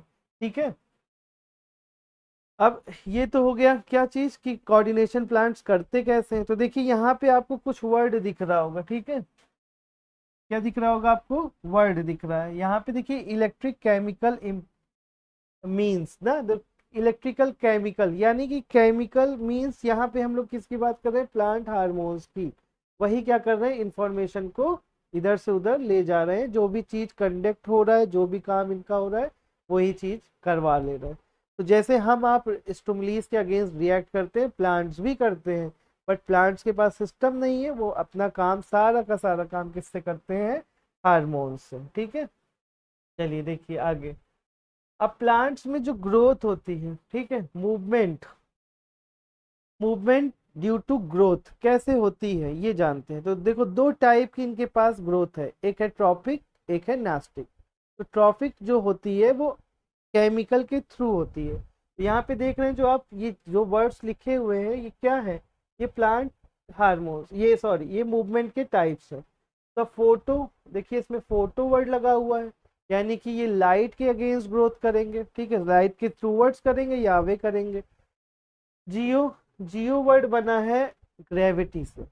ग्रेविटी आप समझते हैं, ग्रेविटी हर चीज को क्या करती है, अपने साइड खींचती है। तो प्लांट्स में भी ग्रेविटी के अगेंस्ट या टूवर्ड्स काम होगा, तो वो किसकी हेल्प से हो रहा है, जियोट्रॉपिक। कीमो, देखो कीमो वर्ड लगा हुआ है, इसका मतलब यानी यहाँ पे कुछ केमिकल से रिलेटेड बात होगी। और हाइड्रो, हम लोग साइंस में जब भी हाइड्रो वर्ड बोल रहे हैं, इट मींस वाटर से रिलेटेड है। और थर्ड क्या, लास्ट क्या है, टिग्मो। टिग्मो का मतलब हम लोग टच से रिलेट करेंगे। अब जानते हैं इन मूवमेंट्स के बारे में हम लोग, और इन मूवमेंट्स को ध्यान से समझिएगा, फिगर वाइज आप देखेंगे तो आपको एकदम एग्जैक्टली समझ में आ जाएगा। ये देखिए आपके पास फिगर आ गया, अब बहुत इजी वे में आप समझेंगे इसको, ठीक है, ध्यान से बस फिगर आप देखिएगा, आपको वर्ड फोटोट्रॉपिज्म समझ में आ जाएगा। कभी आपने ध्यान दिया होगा, तो जब भी प्लांट करते हैं काम कोई, तो उनका लाइट के अगेंस्ट या लाइट की साइड, जिधर जैसे सनफ्लावर आपने देखा होगा, तो जिधर सनलाइट रहती है, जिधर सन रहता है, वो उधर ही फेस कर लेता है। तो मतलब क्या है कि वो लाइट पे रिएक्ट करता है। आप अपने घर में एक प्लांट लगा दीजिए, जैसे देखो फिगर बना हुआ है, ये प्लांट लगा है, विंडो से आपकी लाइट आ रही है यानी सन आ रहा है, तो सन की तरफ स्टेम मूव कर गया, इसे क्या कहेंगे, फोटोट्रॉपिज्म। तो फोटोट्रॉपिज्म का डिफिनेशन क्या हो गया, the movement of the plant part in the response of light. ठीक है, फोटो वर्ड जब भी आएगा तो हम लोग साइंस में या बायो में स्पेशली बात करते हैं, किससे रिलेट कर देते हैं, लाइट से। तो लाइट की तरफ रिस्पॉन्स कर रहा है। देखिए लाइट इधर से आ रही थी तो प्लांट किधर मूव कर जा रहा है, इधर। या एक एग्जांपल आप आराम से ले सकते हैं, किस चीज का, सनफ्लावर का। जैसे जैसे सन मूव करता है वो उधर ही फेस अपना कर लेता है। तो ये क्या है, ये उनका फोटोट्रॉपिज्म है। ये किसके लिए रिस्पॉन्स वो कर रहे हैं, लाइट के लिए, इसीलिए उसका नाम दिया गया फोटोट्रॉपिज्म। ठीक है, अब देखिए नेक्स्ट, फोटोट्रॉपिज्म के बाद बात आती है जियोट्रॉपिज्म की। तो जियोट्रॉपिज्म की बात करते हैं और डिफिनेशन समझते हैं। The movement of the plant part in response of the gravity. ठीक है, किसके लिए रिस्पॉन्स कर रहे हैं प्लांट्स, जब ग्रेविटी से रिलेटेड वर्ड आ रहा है तो उसको हम लोग बोलेंगे जियोट्रॉपिज्म। अब देखो एग्जाम्पल, फिगर बना हुआ है, यहाँ पे देखो जो स्टेम है इनका, ठीक है, किसका स्टेम है, प्लांट का स्टेम जो है वो अगेंस्ट ग्रेविटी जा रहा है। कैसे आप समझे अगेंस्ट ग्रेविटी जा रहा है? क्योंकि ग्रेविटी हर चीज को क्या करती है, नीचे खींचती है, और यहाँ पे हमारा स्टेम क्या है, वो ऊपर की साइड जा रहा है। तो इट मीन्स कि ये निगेटिव जियोट्रॉपिज्म है। यानी कि निगेटिव, निगेटिव क्यों बोला गया? क्योंकि ये अगेंस्ट जा रही है, ठीक है। और ग्रेविटी के थ्रू कौन जा रहा है, रूट जा रही है। तो देखो रूट्स क्या करती हैं, अर्थ में जा रही है, यानी कि ग्रेविटी की ही डायरेक्शन में जा रही हैं, तो वो कहलाएंगे पॉजिटिवली, ठीक है। पॉजिटिव और निगेटिव, तो पॉजिटिव कौन होती है, रूट्स होती है ग्रेविटी के, और निगेटिव कौन होते हैं, स्टेम होते हैं, ठीक है। इस तरह से क्या होता है, सॉरी, जियोट्रॉपिज्म हो जा रहा है, ठीक है। अब जियोट्रॉपिज्म वर्ड आएगा तो जियो वर्ड को आप ऐड कर लेना ग्रेविटी से, क्लियर। चलिए अब आगे देखते हैं हम लोग। इसके बाद देखो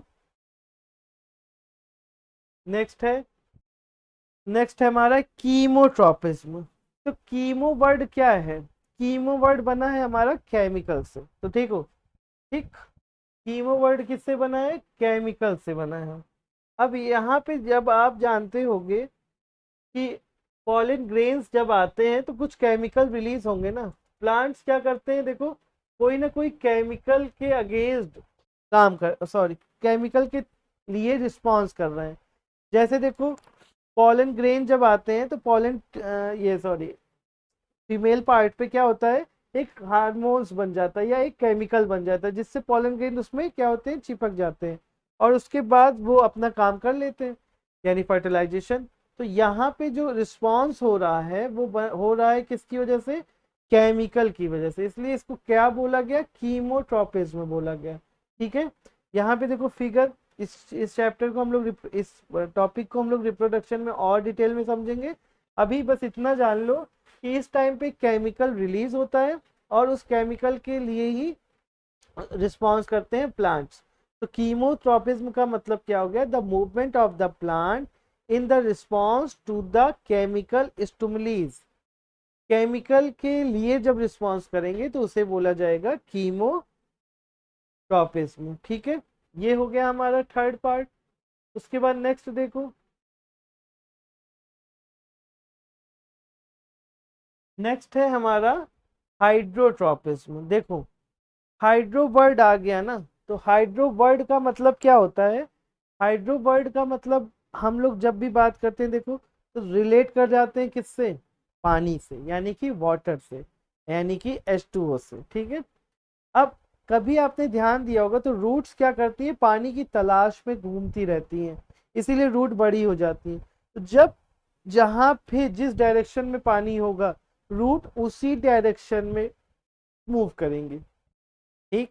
तो ये जो ट्रॉपिज्म कहलाएगा, ये कहलाएगा हाइड्रोट्रॉपिज्म। यानी कि जब भी पानी के लिए या पानी वाली चीजों से या पानी से रिस्पॉन्स आ रहा है प्लांट्स की ग्रोथ का, तो इस टाइप का मूवमेंट कहलाएगा हाइड्रोट्रॉपिज्म, क्लियर। हाइड्रो वर्ड मतलब आप समझ गए क्या चीज, पानी, और प्लांट्स क्या कर रहे हैं, पानी की तरफ मूव कर रहे हैं। देखो रूट क्या करती है, हमेशा पानी की तलाश में रहती है, तो बहुत दूर दूर कभी कभी चली जाती है जब तक कि उनको पानी नहीं मिलता, ठीक है। चलिए नेक्स्ट देखते हैं। नेक्स्ट है थिग्मो। थिग्मो का मतलब ये है यहाँ पे movement of the plant, movement of the part of the plant in response to contact और सपोर्ट। देखो कुछ प्लांट्स को आपने देखा होगा वो क्या करते हैं, किसी दूसरे के सहारे, दूसरे के सपोर्ट से क्या कर जाते हैं, ग्रो कर जाते हैं। कुछ को देखा होगा आपने, जैसे उनको टच करो तो वो कुछ ना कुछ रिस्पॉन्स करेंगे, अपनी लीफ को क्लोज कर लेंगे, जैसे टच मी नॉट यानी छुई मुई। उनको जैसे ही आप छूते हैं तो क्या होता है, वो मूव कर जाते हैं। तो वैसे देखो ये क्या है, देखो यहाँ पे ग्रो करने के लिए इनको किसी चीज की सपोर्ट चाहिए, तो ये सपोर्ट में ऐसे करते हुए हेल्प कर जाते हैं और अपनी ग्रोथ कर लेते हैं। तो ये क्या करते हैं, टच यानी कि कांटेक्ट, यानी कि थिग्मोट्रोपिज्म, ठीक है। चलिए नेक्स्ट देखते हैं हम लोग क्या है यहाँ पे। देखो अभी हम लोगों ने मूवमेंट की बात की, तो मूवमेंट में एक मूवमेंट था क्या चीज, ट्रॉफिक, उसके बारे में हमने जान लिया। अब बात करते हैं नास्टिक मूवमेंट की। जो ट्रॉफिक मूवमेंट था वो डायरेक्शनल था, ठीक है। किसी न किसी स्टिमुलस के साथ ही जा रहा था। अब हम लोग बात कर रहे हैं नास्टिक मूवमेंट की। तो नास्टिक मूवमेंट होता क्या है? Movement which is neither towards nor away from the stimulus, it is growth independent movement. इनका क्या है, किसी के स्टिमुलस के साथ नहीं जा रही हैं या अवे नहीं जा रही। जैसे हमने देखा था जियो, तो वो क्या हो रहा था, ग्रेविटी के साथ जा रही थी रूट्स और स्टेम जा रहे थे अपोजिट। तो यहाँ पे ऐसा नहीं है, यहाँ पे डायरेक्शन के थ्रू नहीं जाते हैं, स्टिमुलस की तरफ नहीं जाते हैं, ये अपने आप में क्या है, इंडिपेंडेंट है। ठीक है, कोई प्रॉब्लम? चलिए देखते हैं। तो नास्टिक वर्ड में क्या हो गया कि ये इंडिपेंडेंट है। ठीक है, इंडिपेंडेंट का मतलब आप समझ रहे हैं ना, ये किसी के लिए काम नहीं कर रहे, अपनी तरफ से अपना खुल के काम कर रहे हैं। ठीक है, चलो देखो। उसके बाद लिखा है the movement of the plant part is response to external stimulus in which the stimulus does not determine the direction. देखो आ गया ना वर्ड, वही वाला, डायरेक्शन के तरफ। ठीक है, क्या हो रहा है, डायरेक्शन से इनका कुछ लेना देना नहीं है। तो ऐसे मूवमेंट को क्या बोलते हैं, नास्टिक। ठीक है, नास्टिक मूवमेंट, जहां पे डायरेक्शन का कोई लेना देना नहीं है। जैसे देखो अभी हम लोग देख रहे थे लाइट उधर से आ रही है ना, जैसे मान लो इधर से लाइट आ रही है मेरे राइट साइड से, तो प्लांट्स क्या कर रहे हैं, जो मेरे साइड में प्लांट है वो प्लांट इधर ही मूव करेगा क्योंकि लाइट उधर है। तो उसका एक डायरेक्शन हो गया ना, जिधर लाइट है उधर ही रिस्पॉन्स कर रहा है, जिधर पानी है उधर ही रिस्पॉन्स कर रहा है। लेकिन इनके साथ ऐसा नहीं है। देखो क्या लिखा है, does not determine the direction. ठीक है, ध्यान से समझिए कि इसमें मूवमेंट होगी लेकिन डायरेक्शन का कोई यूज नहीं है। क्लियर है, ये हो गया हमारा नास्टिक मूवमेंट। अब देखो बात करते हैं, जो मेन बात आ रही है क्या है, प्लांट हार्मोन्स की। ठीक है, जब भी हम प्लांट्स की बात करेंगे और कंट्रोल और कोऑर्डिनेशन से रिलेट करेंगे प्लांट्स को, तो ये आपको समझना है कि उनके पास कोई सिस्टम नहीं है। हमारे आपके पास पूरा सिस्टम है उसका वो काम फंक्शन कराने के लिए, लेकिन इनके पास ऐसा कुछ नहीं है। लेकिन इनके पास ये चीज़ें हैं कि ये क्या करते हैं, हार्मोन्स को, कुछ हार्मोन्स को प्रोड्यूस करते हैं और उन हार्मोन्स के थ्रू अपने काम को करवा लेते हैं। तो इनके पास दो टाइप के हार्मोन्स हैं। ठीक है, कितने टाइप के हार्मोन्स हैं, दो टाइप के, एक ग्रोथ को प्रमोट कर रहे हैं और ग्रोथ को इनहेबिटेट कर रहे हैं। ठीक है, अब देखिए इनमें, यानी कि इन दोनों में भी तीन और दो टाइप हैं, इनको हम समझते हैं। तो यानी कि प्लांट हार्मोन्स हमारे पास कितने टाइप के हो गए, 5 टाइप के। देखिए पहला क्या है, ऑक्सिन। दूसरा क्या है, पहला हो गया ऑक्सिन, दूसरा हो गया गिबरेलिन, और फिर तीसरा क्या है, cytokinin. Fourth one hibiscus acid, और तीसरा लास्ट वन है एथिलाइन। ठीक है, इनके बारे में अब हम लोग जानते हैं कि ये करते क्या है। तो ग्रोथ प्रमोटर का मतलब क्या हो गया, ये ग्रोथ ही करवाएंगे और ये उनको कंट्रोल करेंगे। चलिए देखते हैं आगे, इनके बारे में हम जानते हैं। पहला वर्ड देखो लिखा है क्या, ऑक्सिन। ऑक्सिन हार्मोन्स जो है वो क्या करता है, वो काम कर रहा है किस चीज के लिए, promote cell enlargement and growth in plants. किस चीज को कंट्रोल कर रहा है, प्लांट के एनलार्जमेंट को यानी बढ़ोतरी को और ग्रोथ को। ठीक है, देखिए क्या लिखा हुआ, enlargement and growth in plants. इसके पीछे जो रिस्पॉन्सिबल हार्मोन्स है उसको, हार्मोन्स का क्या नाम है, ऑक्सिन। ठीक है, तो ऑक्सिन का काम क्या हो गया, प्लांट में ग्रोथ करना, प्लांट की ग्रोथ करवाना। ठीक है, सेकेंड वन गिबरेलिन। ठीक है, इनका क्या काम है, देखो इनका काम है which promote cell differentiation and breaking dormancy of seed and birds. इनका काम क्या है, सेल में डिफरेंशिएशन करना, नई नई सेल्स बना के उनको अलग अलग पार्ट में डिवाइड करना। जैसे सीड का क्या हो गया, डॉर्मेंसी हो गया और बर्ड्स उसमें बन जा रही हैं। तो ये किसका काम है, ये गिबरेलिन का काम है। और ये गिबरेलिन क्या है, प्लांट हार्मोन्स है। प्लांट हार्मोन्स किस में मिलेंगे, प्लांट्स में ही मिलेंगे। करवाएंगे क्या, कंट्रोल और कोऑर्डिनेशन। उसके बाद देखो वर्ड लिखा है साइटोकाइनिन। साइटोकाइनिन का मतलब ये है कि ये सिर्फ किसको प्रमोट करेगा, सेल डिवीजन को, ठीक है, और ओपनिंग ऑफ द स्टोमेटा। इनका दो काम है। पहला काम क्या है, सेल डिवीजन करना। आपको याद हो, मतलब आपने पढ़ा होगा नाइन्थ में सेल डिवीजन के बारे में थोड़ा सा, तो साइटोकाइनेसिस वहां पे होता है। साइटोकाइनेसिस का मतलब है साइटोप्लाज्म का डिफरेंशिएशन। तो वो कब होता है, जब हमारी सेल डिवाइड करती है। तो यहाँ पे सेल डिवाइड करने का काम किसका है, साइटोकाइनिन का। और साइटोकाइनिन और क्या काम करता है, ओपनिंग ऑफ स्टोमेटा, यानी कि स्टोमेटा के ओपनिंग को भी कंट्रोल करता है। कौन करता है, साइटोकाइनिन करता है। फिर एब्सिक्स एसिड, देखो ये क्या करता है, it helps in inhibiting the growth of the plants and promoting wilting falling of the leaves and food. ठीक है, इनका काम यही है। क्या काम है इनका, प्रमोट्स विल्टिंग एंड फॉलिंग, यानी कि पत्तियों को गिराना, बनाना, और फूड का फॉर्मेशन वहीं पे हो रहा है। तो इसका कंट्रोल कौन कर रहा है, एसिड। ठीक है, लीफ वगैरह गिर जाती है, देखो फॉलिंग लीव्स लिखा हुआ है, इट मींस ये गिर जाएंगी। तो इनका ये कौन करवा रहा है हेल्प, हमारा लास्ट वन।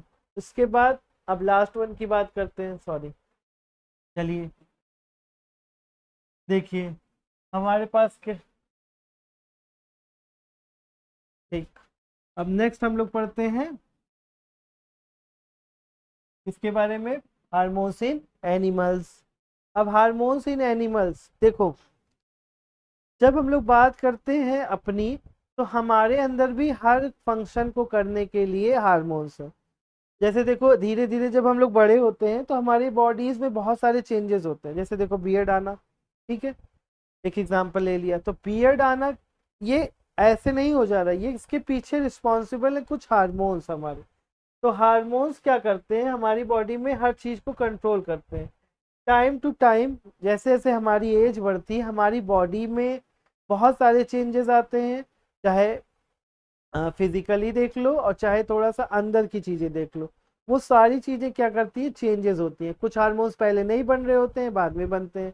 कुछ चीजें डेवलपमेंट बाद में होती हैं, प्यूबर्टी के बाद, और कुछ बचपन से रहती हैं। तो इस तरह से क्या होता है, हम लोग धीरे धीरे चेंजिंग करते रहते हैं अपनी बॉडी में। तो इसके पीछे जो रिस्पॉन्सिबल लोग हैं वो हैं हार्मोन्स। तो हमारी बॉडी में भी हार्मोन्स प्रोड्यूस हो रहे हैं, प्लांट्स की बॉडी में भी हार्मोन्स प्रोड्यूस हो रहे हैं। तो हमारी बॉडी में जो हार्मोन्स है वो हमारी बॉडी को कंट्रोल कर रहे हैं, और जो प्लांट्स में है वो प्लांट्स को कंट्रोल कर रहे हैं। ठीक है, जब बात आती है एनिमल्स में, तो हमारे अंदर ग्लैंड्स होती हैं। ठीक है, ग्लैंड्स क्या करती हैं, ग्लैंड्स हमारे हार्मोन्स को टाइम टू टाइम रिलीज करती हैं। अब ऐसा ना हो कि आपकी एज 15 साल है और वो हार्मोन्स प्रोड्यूस हो जाए जो आपको चाहिए थे 20 साल में। तो ये क्या होता है, ये होने नहीं देते। कौन, हमारी ग्लैंड्स। ग्लैंड्स को ऑर्डर कंट्रोल कौन करता है, जाहिर सी बात है ब्रेन ही करेगा। ब्रेन में भी एक ग्लैंड होती है, पिट्यूटरी ग्लैंड, जो इसको बोला जाता है मास्टर ग्लैंड। ये सारी ग्लैंड्स का कंट्रोल भी रखती है, अपना भी काम करती है और कंट्रोल भी करती है। तो जब जो टाइम आएगा, जैसे एक टाइम के बाद ही आपकी बियर्ड आएगी, तो वो बियर्ड जिस एज में आनी है उसी टाइम पे ऐसा हार्मोन्स रिलीज होगा जिससे ये काम हो जाएगा। ठीक है, रिप्रोडक्शन के टाइम पे वही हार्मोन्स उसी टाइम पे प्रोड्यूस होंगे जिस टाइम पे वो एज आएगी रिप्रोडक्शन वाली, या रिप्रोडक्शन का जब टाइम आएगा। तो ये क्या है, ये सब कंट्रोल कौन कर रहा है, हमारे हार्मोन्स कर रहे हैं। ठीक है, तो अब बात कर लेते हैं हमारी सबसे इंपॉर्टेंट ग्लैंड का, जिसका नाम क्या है, पिट्यूटरी ग्लैंड। और पिट्यूटरी ग्लैंड को क्या बोला जाता है, मास्टर ग्लैंड। क्या बोला जाता है, मास्टर ग्लैंड। ठीक है, अब देखो pituitary gland located at the base of the brain. कहाँ पे है लोकेटेड, ब्रेन में। ठीक है, और ब्रेन में भी कहाँ पे लोकेटेड है, एट द बेस, बेस में। ब्रेन का जो बेस होता है वहीं पे पिट्यूटरी ग्लैंड मौजूद है। उसके बाद देखो इनका सेकंड काम क्या है, it consider to be the master gland. देखो आ गया ना, ये बहुत इंपॉर्टेंट है, अल्ट्रा इंपॉर्टेंट, मास्टर ग्लैंड है। Master gland secrete many hormones, देखो खुद भी बहुत सारे हार्मोन्स को क्या कर रही है, प्रोड्यूस कर रही है। और बहुत सारे हार्मोन्स को प्रोड्यूस करने के बाद दूसरा काम इनका क्या है, regulate the organ as well as the other glands, और बाकी के ग्लैंड्स को भी ऑर्डर दे रही है, कंट्रोल कर रही है। ठीक है, उसके बाद देखो इट सेक्रेट्स, इनके अंदर से जो हार्मोन्स प्रोड्यूस हो रहा है ये भी बहुत इंपॉर्टेंट है। उस हार्मोन्स का नाम क्या है, ग्रोथ हार्मोन्स। क्या नाम है, ग्रोथ हार्मोन्स। अब ग्रोथ हार्मोन्स नाम ही है तो जाहिर सी बात है वो क्या करेंगे, हमारी बॉडी की ग्रोथ तो करेंगे ही और साथ में डेवलपमेंट भी करेंगे। जैसे हम आप पहले छोटे से थे, 2 फुट के थे, 3 फुट के हुए, 4 फुट के हुए, 5 फुट के हो गए। तो ये कैसे हो रहा है, ये हो रहा है जब हमारे अंदर रिलीज हो रहा है क्या चीज, ग्रोथ हार्मोन्स। और ग्रोथ हार्मोन्स को रिलीज कौन कर रहा है, पिट्यूटरी ग्लैंड। और पिट्यूटरी ग्लैंड को दूसरा नाम क्या है, मास्टर ग्लैंड। गुड। चलिए अब बात करते हैं हमारी तीसरी चीज, सॉरी नेक्स्ट पॉइंट की। इफ देयर इज डिफिशियंसी, तो डिफिशियंसी का मतलब ये होता है कि अगर चीज की कमी हो जाए, डिफिशियंसी का मतलब आप समझ लो कमी होना। अगर हमारी बॉडी में कोई चीज ज्यादा हो जाएगी तो भी उतना ही नुकसान है जितना कम होने पे, यानी कि हर एक चीज इनफ क्वांटिटी में हमारी बॉडी में होना चाहिए। अब वो चीज अच्छी है बुरी है डजेंट मैटर, लेकिन ये भी देखना है कि वो चीज हमारी बॉडी में ज्यादा ना हो ना तो उसकी कमी हो। अब एग्जाम्पल, खाना बहुत अच्छी चीज है, उससे हमको न्यूट्रिशन मिल रहा है, लेकिन अगर हम ज्यादा खाना खा लेंगे तो क्या होगा, दिक्कत आ जाएगी ना। इसीलिए कोई भी चीज ज्यादा नहीं होनी चाहिए भले वो अच्छी चीज हो। तो डिफिशियंसी अगर हो जाएगी इस हार्मोन्स में तो आप बचपन में ही, तो क्या होगा, इट इज लीड्स टू डॉर्फिज्म, यानी कि वो बच्चा ग्रोथ ही नहीं कर पाएगा, उसकी हाइट कम ही रह जाएगी। आपने हिंदी में एक वर्ड सुना होगा बौना ना, मतलब जिनकी हाइट नहीं बढ़ पाती। तो रीजन क्या है, रीजन है जब pituitary gland growth hormones produce करना बंद कर दे या फिर कमी हो जाए हमारी बॉडी में, तो इनको क्या कहते हैं, डॉर्फिज्म। एक्सेस सेक्रेशन, अब देखो बात आ गई ना, अभी तो डिफिशियंसी की बात आपने कर ली, ठीक है। अब आपने कहा कि सर ये भी बता दीजिए, क्या बता दीजिए कि कमी तो हो ही रही है, कमी से नुकसान हमने देख लिया कि बच्चे की हाइट नहीं बढ़ी, लेकिन अगर ज्यादा हो जाए तो क्या दिक्कत होगी, तो दिक्कत ये होगी कि ये क्या करेगा, गिस्टाइटिज्म करेगा। ठीक है, ये एक प्रोड्यूस हो जाएगा, मतलब एक चीज आपके अंदर ये वाली हो जाएगी। अब ये हमने देख लिया क्या चीज, पिट्यूटरी ग्लैंड के बारे में। ठीक है, अब हम लोग चलते हैं आगे और देखते हैं नेक्स्ट टॉपिक। अब बात आ गई, देखो पिट्यूटरी ग्लैंड के बाद क्या बात आ गई, थायराइड ग्लैंड की। थायराइड ग्लैंड के बारे में जानते हैं, चलिए देखिए, यहाँ पे आप फिगर देख रहे होंगे ना, तो सॉरी थायराइड ग्लैंड कहाँ है, देखो ये कहाँ पे है, ये। अब यहाँ पे देखो किसके बीच में, देखो ट्रैकिया में है ना, ट्रैकिया के बारे में हमने पढ़ लिया था लाइव प्रोसेस में। और लैरिक्स, इन दोनों के बीच में जो ग्लैंड है उसका ग्लैंड का नाम क्या है, थायराइड ग्लैंड। दिख रही है कि नहीं फिगर, ठीक है। उसको वहां पे अलग से भी करके दिखा दिया गया है, वहां पे भी आप देख सकते हैं। इस टाइप से होती है हमारी थायराइड ग्लैंड, और कहाँ लोकेटेड है, हमारे ट्रैकिया में, ट्रैकिया और फेरिस के बीच में। तो ये है, देखिए फिगर आप ध्यान से देख लीजिए, फिर हम आगे चलते हैं। ठीक, इसका फर्स्ट पॉइंट ये है, it is located in the neck between the trachea and larynx. इनकी लोकेशन कहाँ होती है, इनकी लोकेशन हो गई ट्रैकिया और लैरिक्स के बीच में। ठीक है, पहला पॉइंट ही इनके बारे में एक बहुत बड़ी इंफॉर्मेशन दे दिया कि इनकी लोकेशन कहाँ है। आपसे पूछा जा सकता है कि ग्लैंड्स, ये वाली ग्लैंड्स कहाँ पाई जा रही है, इनका फंक्शन क्या है, तो आप सिंपल सा बता देंगे क्या, कि इनको हम ट्रैकिया या लैरिक्स के बीच में पाएंगे। आराम से आपने कर लिया, देखो ट्रैकिया एंड लैरिक्स। उसके बाद देखो क्या है, अब ग्लैंड है ना, समझ रहे हैं ना, आप तो समझदार हैं ही। तो ग्लैंड क्या है, ग्लैंड है तो ग्लैंड का काम क्या है, हार्मोन्स को रिलीज करना। अभी हमने पढ़ा था ग्रोथ हार्मोन्स रिलीज हो रहा था, अब हम बात कर रहे हैं किसकी, सेक्रेट, कौन सा हार्मोन्स कर रही हैं ये, थायरॉक्सिन। क्या कर रही है, थायरॉक्सिन। और इनका काम क्या है, कार्बोहाइड्रेट, प्रोटीन और फैट के मेटाबॉलिज्म का काम है इनका थायरॉक्सिन का। अब थायरॉक्सिन के लिए सबसे इंपॉर्टेंट पार्ट क्या है, आयोडीन। नमक में होता है ना आयोडीन, ध्यान दिया होगा। और अगर इसकी कमी हो जाए तो कौन सी डिजीज हो जाती है, गॉस्टर। ठीक है, ठीक है, गॉइटर। अब गॉइटर डिजीज किसकी वजह से होगी, कभी ये क्वेश्चन पूछ लेगा तो आप बोल देंगे आयोडीन की कमी से। ठीक है, deficiency of iodine. Thyroxine clear है, थायराइड ग्लैंड का काम क्या है, थायराइड ग्लैंड लोकेटेड कहाँ है, तो थायराइड ग्लैंड लोकेटेड है ट्रैकिया में, सॉरी ट्रैकिया और लैरिक्स के बीच में। इनका काम क्या है, थायरॉक्सिन हार्मोन्स प्रोड्यूस करना। और थायरॉक्सिन हार्मोन्स प्रोड्यूस करने के लिए या इस ग्लैंड के लिए सबसे इंपॉर्टेंट सब्सटेंस क्या है, आयोडीन। ठीक है, और बीमारी कौन सी हो गई, तो ये लिखा हुआ है गॉइटर। ठीक है, ये चीजें हमने जान लिया किसके बारे में, थायराइड ग्लैंड के बारे में। ठीक है, थायराइड ग्लैंड का फिगर देख लीजिए एक बार से फिर से, ये है। ठीक है, यहीं पे है आपका, वो अलग करके दिखा दिया गया है। चलिए नेक्स्ट देखते हैं। नेक्स्ट बात है एड्रेनल ग्लैंड्स की। ठीक है, एड्रेनल ग्लैंड का मतलब ये है कि पहले आप इनको जानिए लोकेशन कहाँ है। देखिए सबकी लोकेशन आपको पता होनी चाहिए, कभी कभी एग्जामिनर आपसे सिर्फ लोकेशन ही पूछ लेगा। ठीक, 1 नंबर का क्वेश्चन है, आपसे सिंपल सा पूछ ले ये ग्लैंड की लोकेशन क्या है, तो बस आपको बता देना है लोकेशन क्या है। तो यहाँ पे जिस ग्लैंड की बात कर रहे हैं वो लैंड कहाँ है, किडनीज के ऊपर। देखिए फिगर आपको दिख रहा होगा बहुत अच्छे से। ठीक है, देखिए इसको सर्कल कर देना।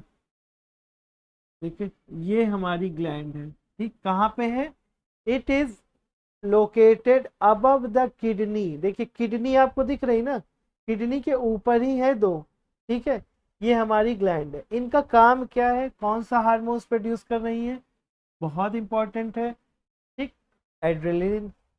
ये हार्मोन्स करते क्या है, फाइट एंड फ्लाइट और द इमरजेंसी हार्मोन्स। देखो इनको इमरजेंसी हार्मोन्स क्यों बोला गया, अब जैसे आप कुछ पैसे ऐसे रखते हो कि इमरजेंसी में काम है, आपने बाकी एक्सपेंस कर दिए, लेकिन कुछ पैसे को सेविंग में तो रखते हो, लेकिन कुछ पैसे ऐसे भी रखे जाते हैं जिनको हम आप क्या कर सके, इमरजेंसी में काम ले सके। ठीक है, इमरजेंसी का मतलब ये होता है कि कभी एकदम अचानक से मुसीबत आपके पास आ जाए, मुसीबत आ जाए तो आप क्या कर सके, उससे लड़ सके। तो ऐसी चीजों को हमको आपको रखना पड़ता है।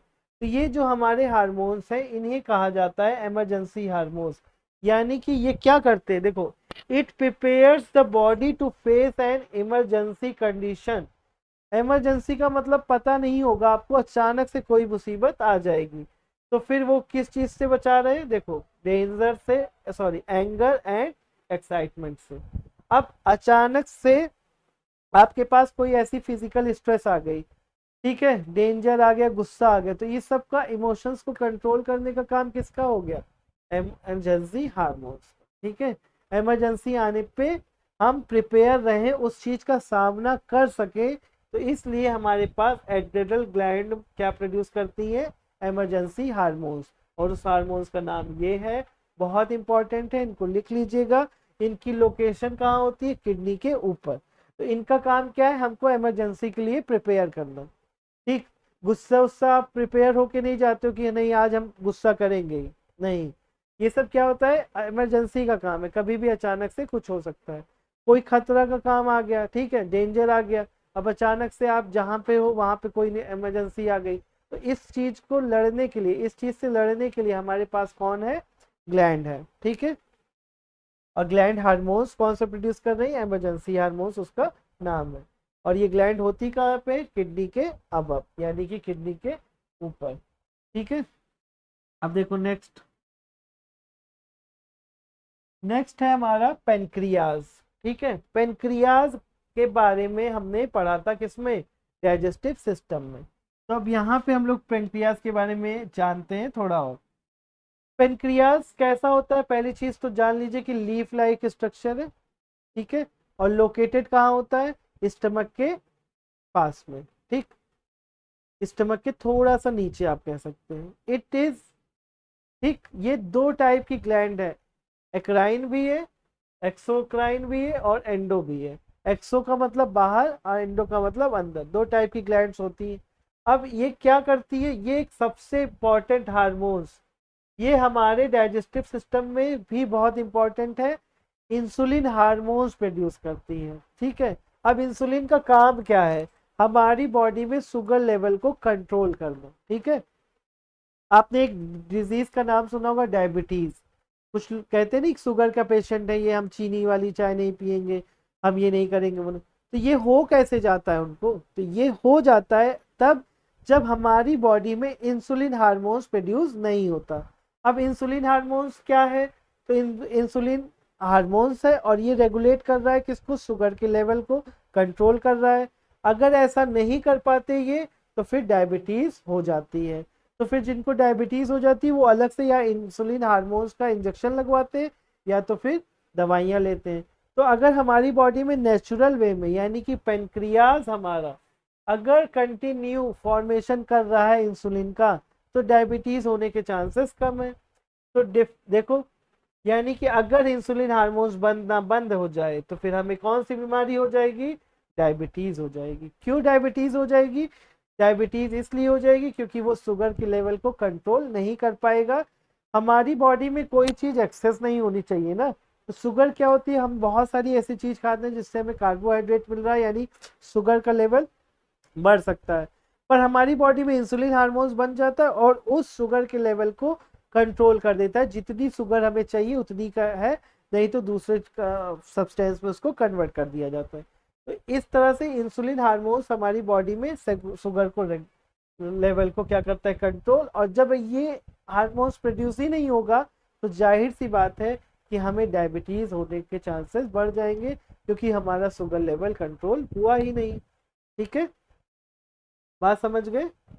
अब देखिए लास्ट टॉपिक है हमारा इस चैप्टर का, गोनैड्स।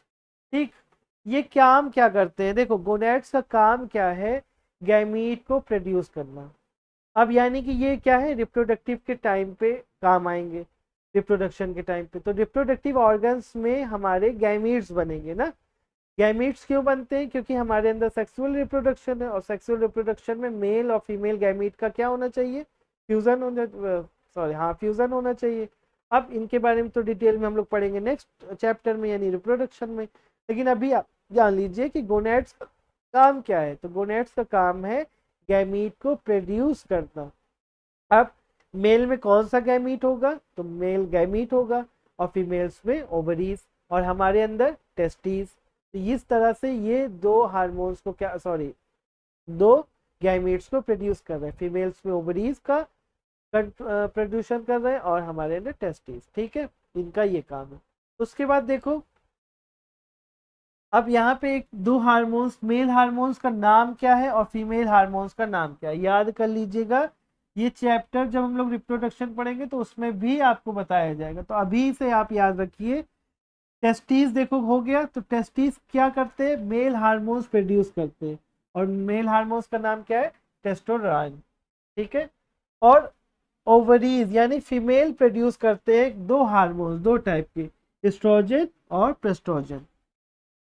यानी कि इन्हीं का काम का है क्या, इन्हीं की वजह से इन्हीं ग्लैंड्स क्या कर रही हैं, मेल हार्मोन्स यानी टेस्टोस्टेरोन, और दूसरा फीमेल हार्मोन्स यानी कि एस्ट्रोजन और प्रोस्ट्रोजन, ये भी हार्मोन्स ये प्रोड्यूस कर रही हैं। ये हार्मोन्स किस लिए हैं, responsible for changes occurring during puberty.